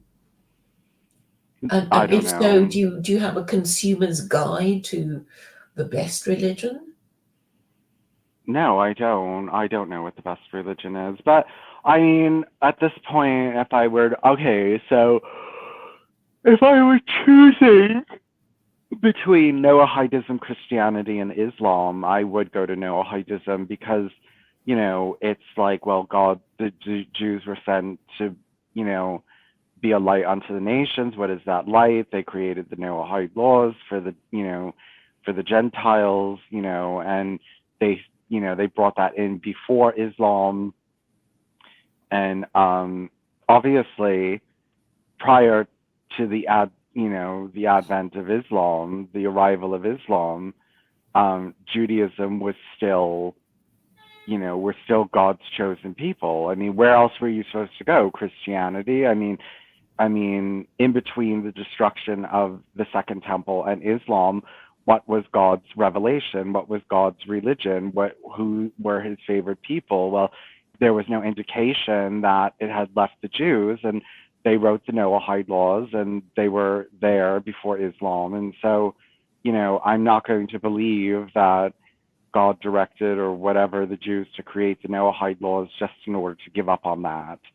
I think he directed them to create the Noahide laws in order to rank the four Gentile religions in order to endorse Islam. There was no Islam when the Noahide laws were created. Yeah, but God would know the future, right?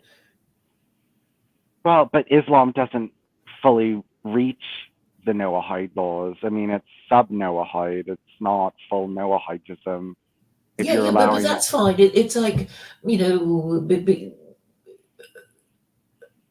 because we have to assume that the final edition supersedes the first edition of divine revelation. And that makes sense because, the final edition is always more authoritative than the first edition. Well, it just doesn't make sense that he would set down a guide for humanity just to say, well, I'm watering it down even further. I mean, it doesn't make sense to me. Well, one thing about the Quran is that it curses hypocrites. And some people might find it a bit disturbing because you think, well, everybody's a hypocrite. We all kind of try to be better than we are. And, we have all been hypocrites. And I think that is actually quite a good subject for these Muslims to talk about, but they're not able to. So if it is the case that hypocrisy gets one to hell, then it is a very specialized thing that I would argue is manifested through hidden idolatry is manifested through hypocrisy, because hidden idolatry is basically pretending to believe, to show off that, because you pray a lot or you pray loudly, that you are, this pious kind of Muslim, and you're not doing it to praise God, you're doing it to impress people around you. And this is a form of hidden idolatry, which I think is actually quite a sophisticated concept, which Judaism doesn't have, because if you did watch Daniel Hockey-Katju and Duvid, they were discussing hypocrisy for a while. Do you remember that?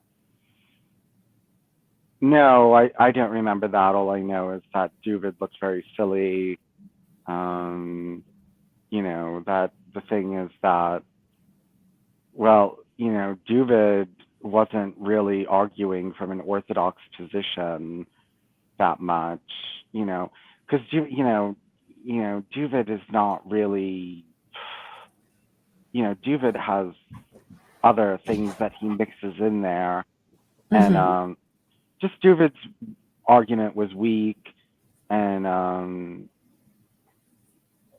I remember Duvid's argument being weak. I can't remember everything that was said, but Daniel Hockey-Katju is very good at what he does, obviously, and there was a big thing because he got invited to Queens College in New York, and even the Muslims were protesting and saying that he didn't really belong there, and that he's an extremist and all this other kind of stuff.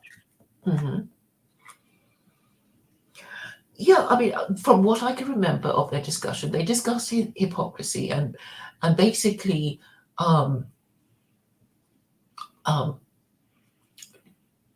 Daniel was saying it was a good thing because it at least showed that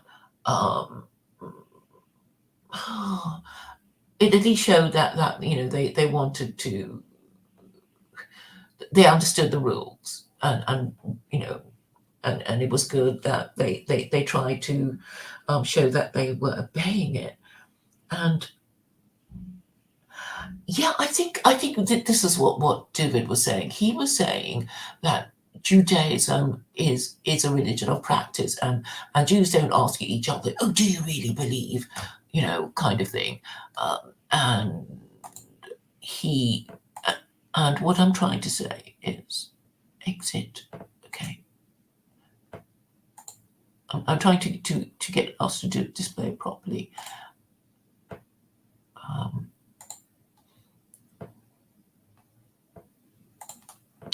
Yeah, so he was saying that hypocrisy was a good thing. I think they were both saying hypocrisy was a good thing, and David was saying Judaism is a religion or practice. You know, Jews didn't go around asking each other whether they really believed, and Daniel was saying obviously it would help you practice better if you really did believe.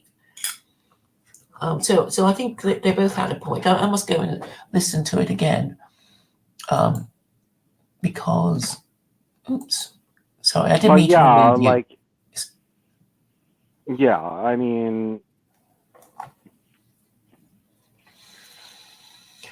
So is hypocrisy a good thing or not? So I know that the French philosopher La Rochefoucauld said hypocrisy is a tribute that vice pays to virtue. So I guess it's better that vice pays virtue, tribute to virtue than not bother at all. It means that you know what correct behavior is, even if you don't actually do it.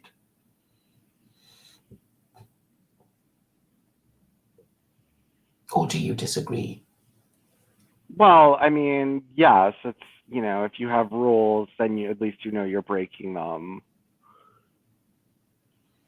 Yeah, so at least you would know you're breaking them, and if things go badly for you, you can think, oh, obviously I shouldn't have broken them.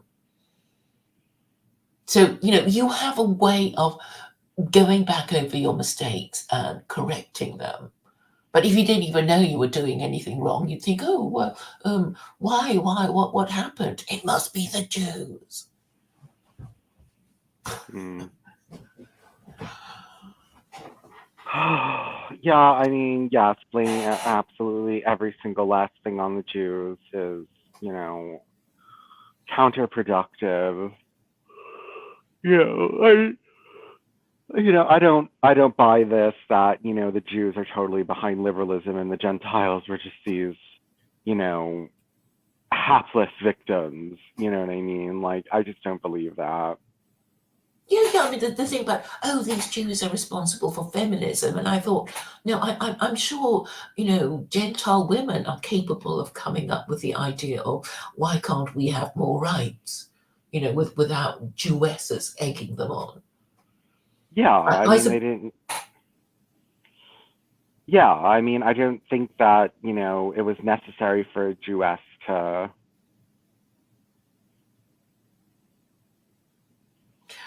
you know, to come in and rile them up. Yes, I suppose the feminists most famous would be American Jewesses, because, you know, they would be, you know, most advanced. They would have gone to college, and then they would have been able to, you know, take advantage of the, you know, freer ways of America than in any other country. And also, I guess, you know, because America is the number one superpower, you know, anyone associated with America would just have a higher status and have more influence than, you know, any other, you know, feminist in any part of the world, I would have thought.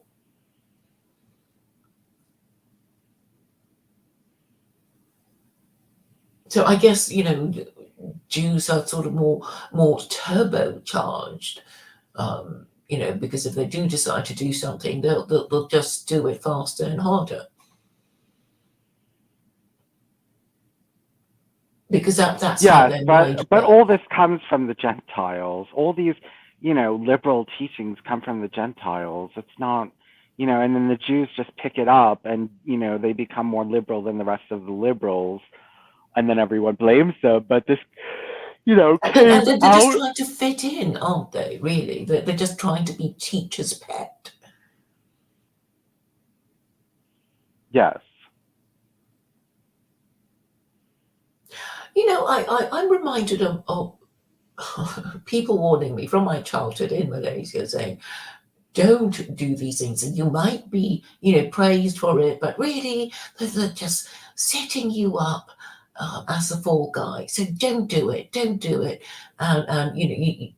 and well, I never, got involved in politics in Malaysia anyway, but it seems to be me that I hear a lot of Jews saying, oh, please don't let it be another stupid Jew who does what the Gentile asks them to do, and then and then we'll all get the blame when the whole project crashes and burns. Because I guess the religious types would be, don't trust a Gentile when they come, to you, with smiles, bearing you, good jobs, etc. They're only setting you up to fail and to blame you and by extension us, because they anyway, fall guy is not, I guess fall guy is an American expression, right? Maybe, I don't know, the fall guy, I don't know if it's an American expression, but yeah, I mean, well, I don't know if the Gentiles were setting up the Jews purposely, I don't know if he was setting up the Jews purposely. Yeah, I mean, I guess we'll never know, because nobody's going to, say definitely this or definitely that, and it's all going to, have two sides of the argument and stuff. But I suppose, my latest idea is basically that this idea of righteousness, and it's like, well, you're going to be a righteous Jew or Gentile if you're prepared to discuss high laws, and obviously the other the five that aren't controversial are not the ones I mean. I really only mean the idolatry and blasphemy prohibitions, because these are the ideas that would make Christians feel bad, I guess, and make them kind of think that their religion isn't working.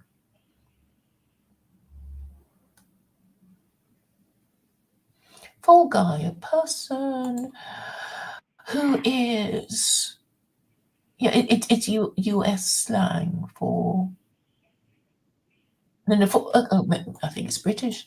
A person who's falsely blamed for something that has gone wrong or for a crime that they have not committed. Scapegoat. Well, I guess scapegoat is a very old Jewish idea.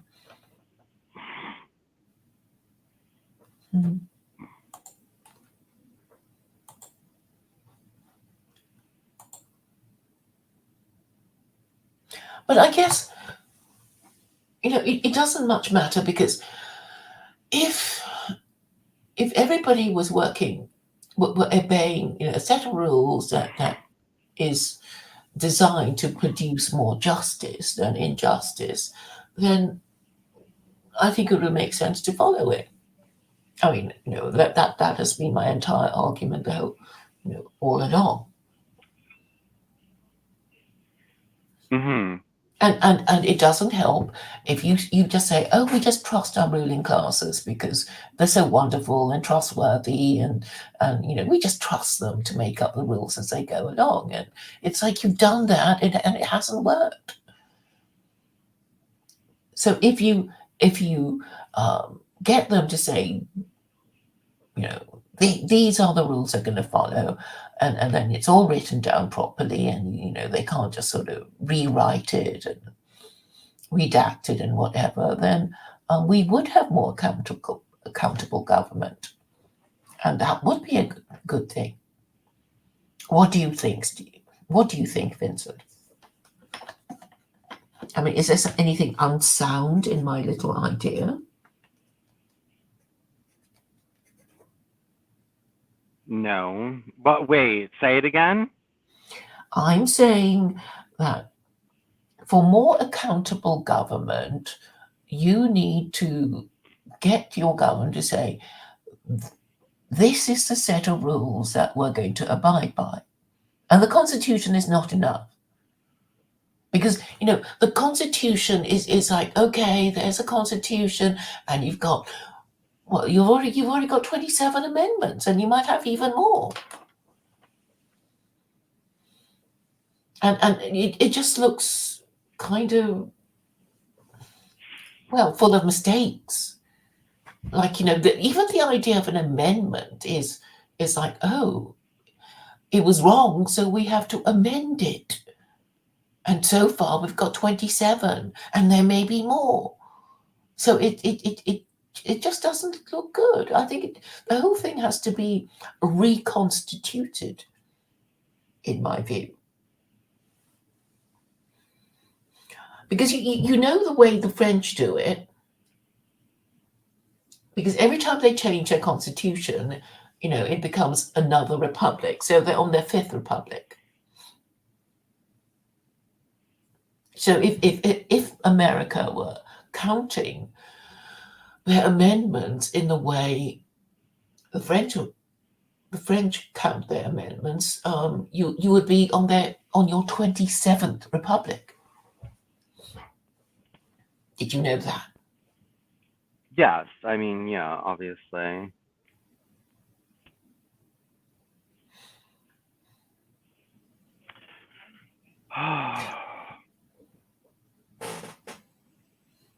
I don't know, Claire. Yes, you do. Yes, you do. You just don't want to do it.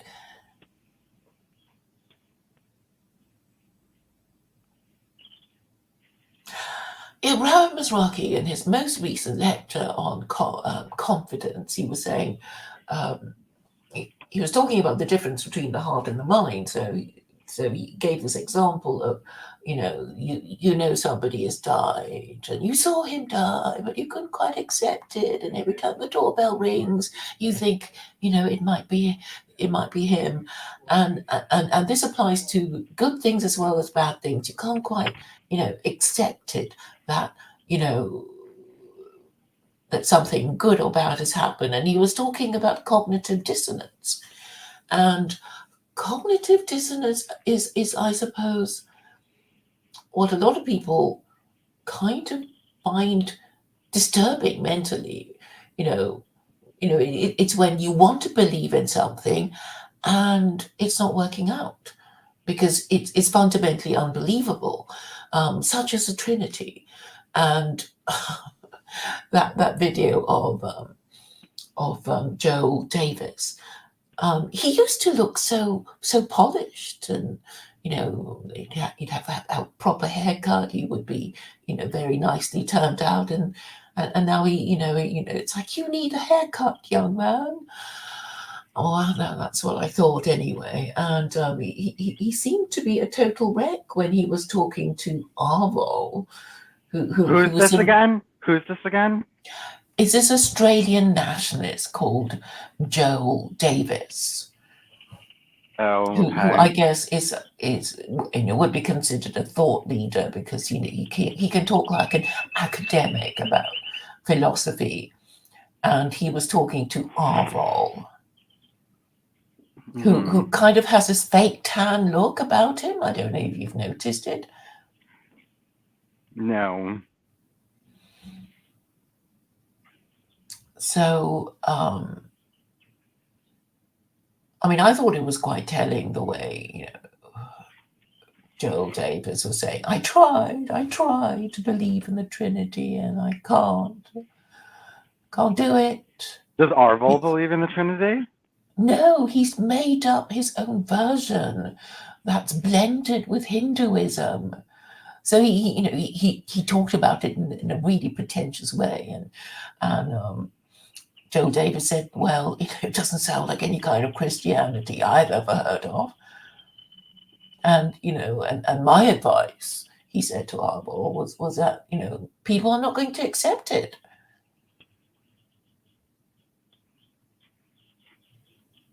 And of course they won't, because if you're going to convert to Christianity, you want the biggest, oldest one. Well, you never know. I mean, the Book of Mormon came out, and much in a even still, that's a modern, even though it came out in the 1830s or whatever. It's still a modern. It's still a modern religion, and it has had a degree of success. Like we said, it is the fastest growing religion in America. It's one of the fastest growing religions in the world, and somebody could write another book. I don't know who's to stop a modern day prophet from rising and starting a new religion. What's to stop them? Well, they could always do it, but you would need it to be a work of literature. That I think is key. So I mean the Muslims understood it, so that's why the Quran was written in poetic form, in classical Arabic, and as you know, Joseph Atwill said the New Testament is a work of literature. Yeah, I mean, look, we've had Christianity came out of nowhere, Islam came out of nowhere, Mormonism came out of nowhere. Christian Science, even though it's not doing that well these days, she wrote her book, and it's still, it's a book of, it's like the Book of Mormon, it's a new edition, a New Testament, and, these new religions are, well, they haven't been around as long as Islam, but if you give them some time, maybe they will, maybe they'll become major world religions, or maybe some prophet will rise up tomorrow and, take over the world. Islam took over the Middle East very quickly. I don't see what would stop something different from coming out. And I don't necessarily believe that because something is modern, that it's bad, and that because something is ancient, it's good. And, I just don't really believe in these kinds of things. Well, talking about global domination, what do you think of this Messiah substitute idea that I have? Well, I mean, yes, well, that would be a new revelation, right? That the Messiah is not coming. This is like a new revelation. Well, I think we're on safe ground here, don't you? Well, I mean, it is I a just new need revelation. you to endorse that as an American. Claire calls the Messiah substitute. Yeah, people go, what? And they'll ask questions, and then you can explain. Wouldn't that be great? You'll have fun too. You'll have fun. You'll be belle of the ball. Belle of the ball.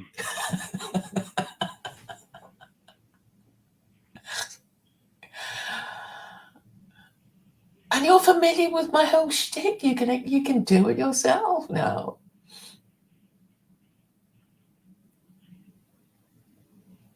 Yeah, well, yes, I know your whole shtick, and I know the whole thing, and I think I know it better than anyone else. Sorry?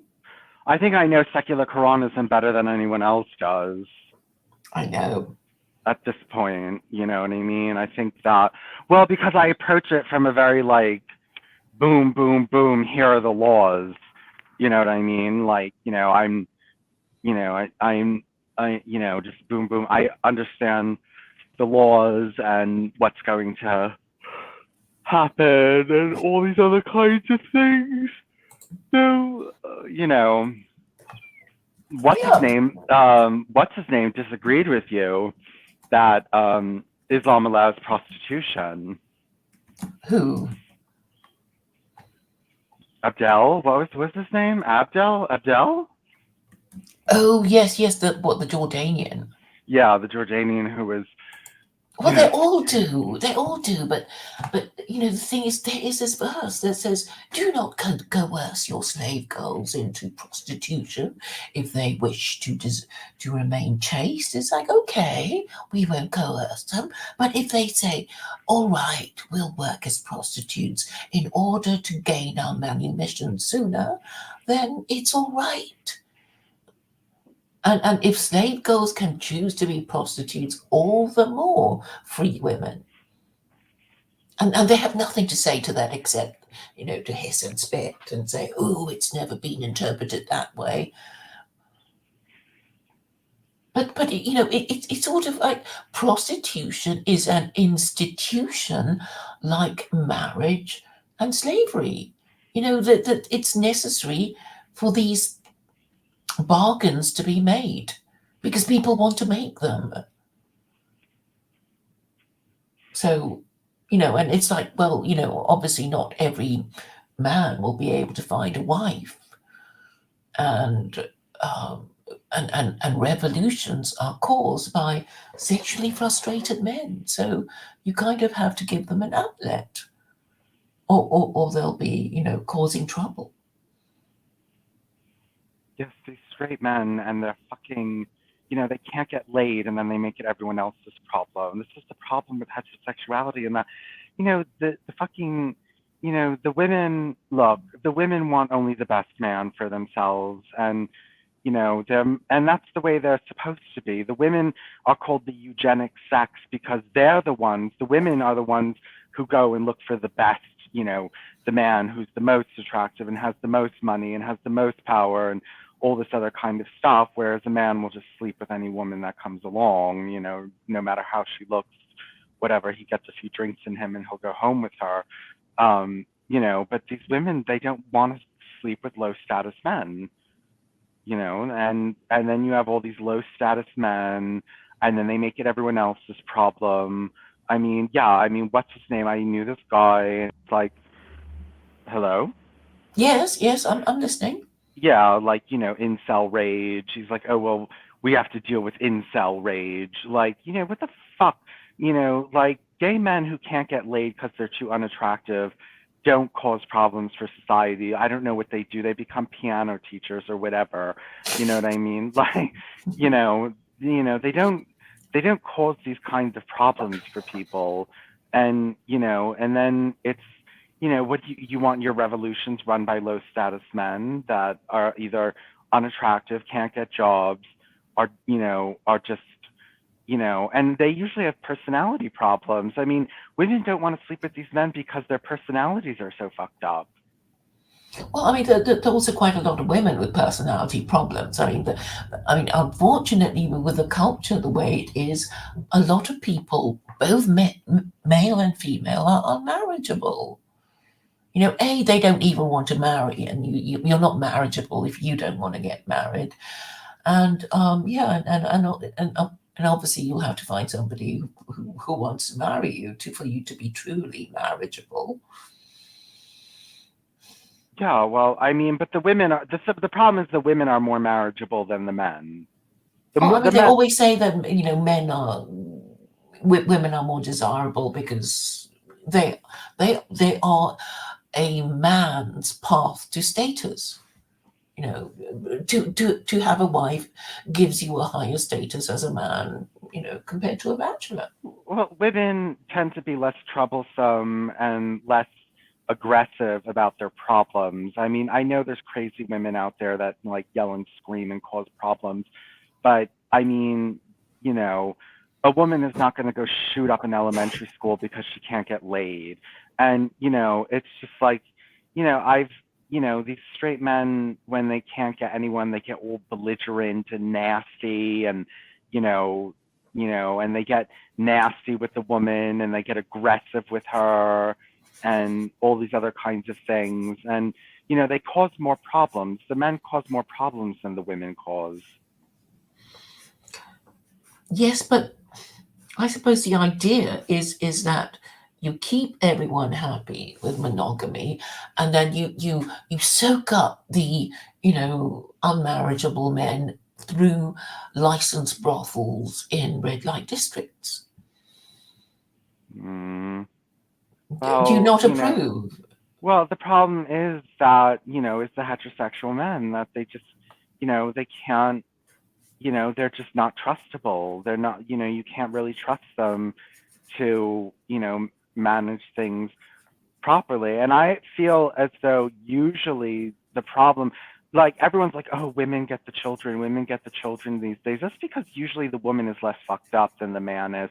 It's usually the man's fault. Like he's either the violent one or the drunk or the drug addict or the this or the that. And the judge, rules against him. I don't believe that there's all these like hyper qualified fathers and these like derelict mothers, but the children go with the mother anyway. And oftentimes the father doesn't want the children. You know what I mean? Like he doesn't even want them. He's not even like contesting. You know what I mean? And I don't know. I just feel as though, women are better at details, and I feel as though they're better at, just some stupid straight man that, isn't going to listen to his lawyer or isn't even going to get a lawyer. And, I feel like a woman is more detailed and, she's going to write down every little thing he ever did and every little friend he ever had that was off or every little problem he's ever made. um, I feel as though she's going to be more vicious in keeping the children than he would be. I mean, usually because she wants them more, Yes, and yes, I understand, that women, can be very calculating like that. But the idea is to abolish no fault divorce and make people, take marriage more seriously and obviously to help them. I do see that, people have maybe unrealistically high expectations of marriage and they need to have their expectations managed and also be given help when they, oh, um, get into trouble. I don't know what's happened to Vincent. Vincent, come back. Hello. Hi, one second, one second. Yeah, so I was thinking of providing matrimonial disputes tribunals and also a kind of um, yeah a marriage counseling service for the purpose of keeping the couple together. yeah, I know, but that's not like, I don't know, Claire. I just think that heterosexuality is very, very, very complicated, and Yes, of course it is. it's very Well, complicated. relationships are complicated, even gay ones, surely. I think they're less complicated. Well, it's less complicated because you don't have children to make things even more complicated. What is Living to Dream saying that the first school shooter was a girl? I think there was a song called I Don't Like Mondays by the Boomtown Rats. Okay, well, I mean, just because the first school shooter was a girl, girls don't usually go in and shoot up schools. Who cares if the first, let's talk about the real statistics here of, who's more likely to shoot up a school. I only know if the only shooter that I know of was that trans girl who, identified as a man, which, shows, you know, these different kinds of things. But, okay, it wasn't just a girl, it was a trans man, so she was thinking she was a man. And So she must have been pretty messed up anyway. But yeah, that song by what's his name of the Boomtown Rats. Um, it was in It was in California, wasn't it? I forget where it was, but I mean, yes, women are much less likely to do these kinds of things, to take out aggression violently. And, like women obviously rape less and do all these different kinds of crimes less than men do. And you want to watch? Okay. And then we'll watch Ladies. Did you want to watch The Birds? Okay. Okay, set it all up. Um, yeah, I mean, it's just easier to deal with them and they're less just problematic and they give other people less problems, but it's hard and I don't really, it's hard to like feel for these men that can't get women and who become nasty. It's hard to like, feel so like, oh, I feel bad for you. And, it's harder to feel bad for men than it is to feel bad for women because, men are supposed to be the stronger ones. But also men cause more problems. I mean, like, a woman who can't get laid is probably less of a nuisance than a man who can't get laid. I mean, Well, probably it's probably true that there is no woman who can't get laid if she's prepared to lower her standards enough. yeah, I mean, yeah, that's pretty much true. I mean, there's no, it's hard for a woman not to be able to find someone, even if she's unattractive, because there's plenty of men who will just settle. I mean, even attractive men settle for unattractive women if they're at a bar, I mean, they don't care about her status. If he's drunk enough or whatever, he'll go home with her. Whereas, like, a woman, she wants an attractive man and a man who will buy her drinks and, do these different kinds of things for her. Take her out, and she's more likely to like wait. She wants to test him. Does he really like me? All these different kinds of things. And, they're just better equipped to deal with these kinds of things. Women are, seem to be more able to say no and be sexually restrained and, Yeah, but they're obviously different in the same way that you would expect somebody who is a buyer and somebody who is a seller to behave in a different way because their interests are different. They're trying to find, what they want are different things. A buyer wants it cheap, the seller wants to, wants the price to be high. And women kind of need to understand, and I think, ultimately it's to do with the price of sex, and it's got to be priced, just right, so people aren't priced out of it and then get angry and frustrated with the world for, not getting any. So I think these things are important, and therefore marriage is the kind of it regulates. It's like, well, if you're normal and you should just marry and have children. Maybe if you have other ideas, we can't help it, but we encourage people to get married and blah blah blah blah blah. And well, this used to be the way. And of course, there would be, social hierarchies of, obviously, if you want people to do this thing, you have to reward them by, praising married parents and, treating unmarried parents as sex offenders and wondering if non-parents are gay and, what's wrong with them. And, these things just were kind of done almost automatically. mm-hmm.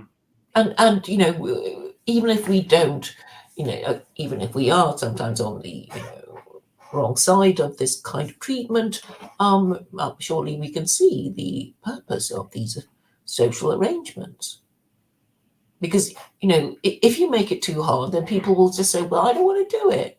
I can't afford to. I'd rather be gay or whatever."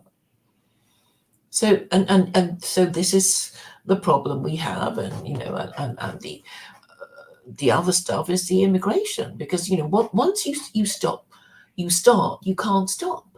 It's like, well, we've got so many of them in the country anyway, so we'll get some more, which I guess is what people are complaining about. And unfortunately for white people, they're the ones whose government has basically given up on them. It's like, well, even if you wanted to have enough children, we can't wait for you to produce enough. So sorry. In the meantime, we're just going to keep importing these immigrants. I mean, do you see what could happen to just completely upset the balance of your society? Because the government says, well, we can't wait for you to produce enough, people to, go through this, to be born, to go to elementary school and high school and blah, blah. You can't wait. We need them now. The labor, I mean. Well, no, we don't need the labor. We just don't need to like expand our economy. I mean, I've always said that just sacrifice, just sacrifice a little. Like, I got angry with my father because he was complaining about everything coming in from China. And I said, well, who told you to buy this table from China? Why did you need such a nice table? You could have gotten, a cheap, not ugly. It doesn't need to be ugly or flimsy, but it doesn't need to be ornate. And okay, so you had to spend a little bit more money on the table because it was made in America, and maybe it's not as nice of a table or as nice as a sofa, and but people are not willing to make any kind of sacrifices. Well, I suppose if the choice is already there, and there's nothing to stop them from getting the cheaper, prettier table from China, they're going to do it. I mean, it is government policy. It should be government policy to decide whether it even gets into the country in the first place. Yeah, no, and it shouldn't really come into the country, and it's just put high tariffs on foreign goods, and but nobody's willing to do that, and nobody's willing to sacrifice, and that's it. And then, well, pay the price, fine, then you're going to get immigrants, and they're going to want to bring them in, and and but isn't this kind of thing to do with short-term, the problem of short-term versus long-term thinking? Because if you were thinking in a long term, you're thinking, well, if you let them in, they're just going to change everything, and then everybody's going to get upset. We should just, and then you think, oh, but the elections, and we can't tell them off because then they won't vote for us. And it's like, well, maybe you don't let them vote at all.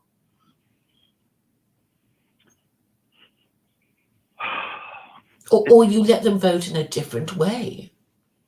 I don't know, Claire. I think that these things are really complicated, and I don't know what the answer is anymore. I used to think I did, but I don't know. I think people are. I mean, the response is so weak and disorganized and horrible, and yes, but you can do something just by, maybe trying it out for a few days, acknowledging my status as Messiah substitute, and then we can see what happens. I mean, it's not like I'm saying, I'm the Messiah, which is a completely different thing. It's like, well, who are you, blah blah blah. It's just like, well, I'm just telling you, he's not coming, because you can fix things easily now, and my shtick is to say, yes, it can be done easily if only you're going to listen to arguments and acknowledge them to be sound, if they are.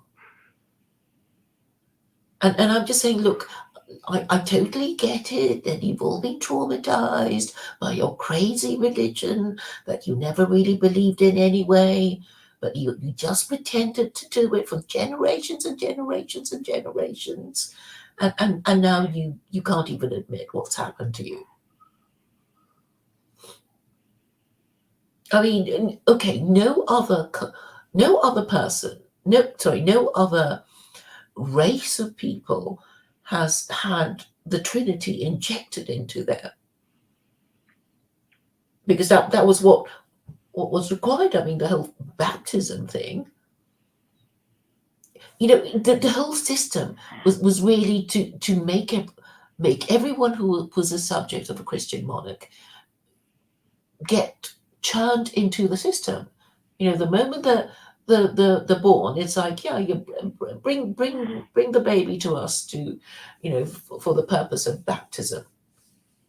Because if you don't and it dies, it'll be in this purgatory place and it'll suffer and you'll feel bad. So you better bring it in. All these stories were meant to frighten people into cooperating with the state. Oh yes, and if you're Catholic, you had to, well, confess your sins every week. This is so totalitarian. It's really quite horrific. I mean, I don't think not even the Chinese did things like that.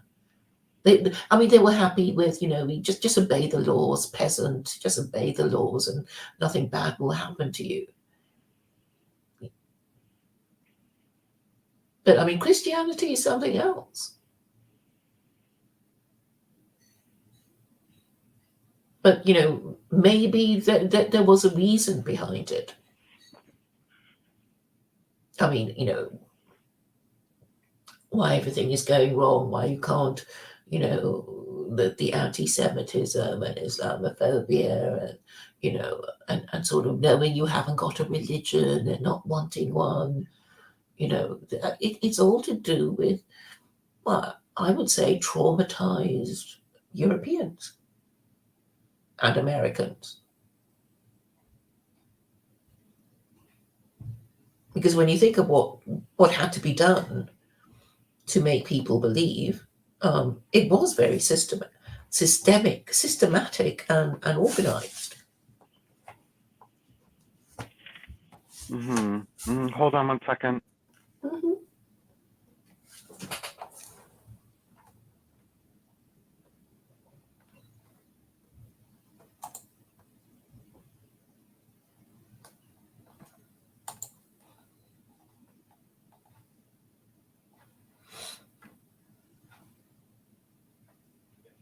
Okay, Claire, we've been going for 2 hours and a half, and I gotta go. Thank you for coming. It was good to talk to you again. Enjoy the rest of your day. You too. All right, maybe we'll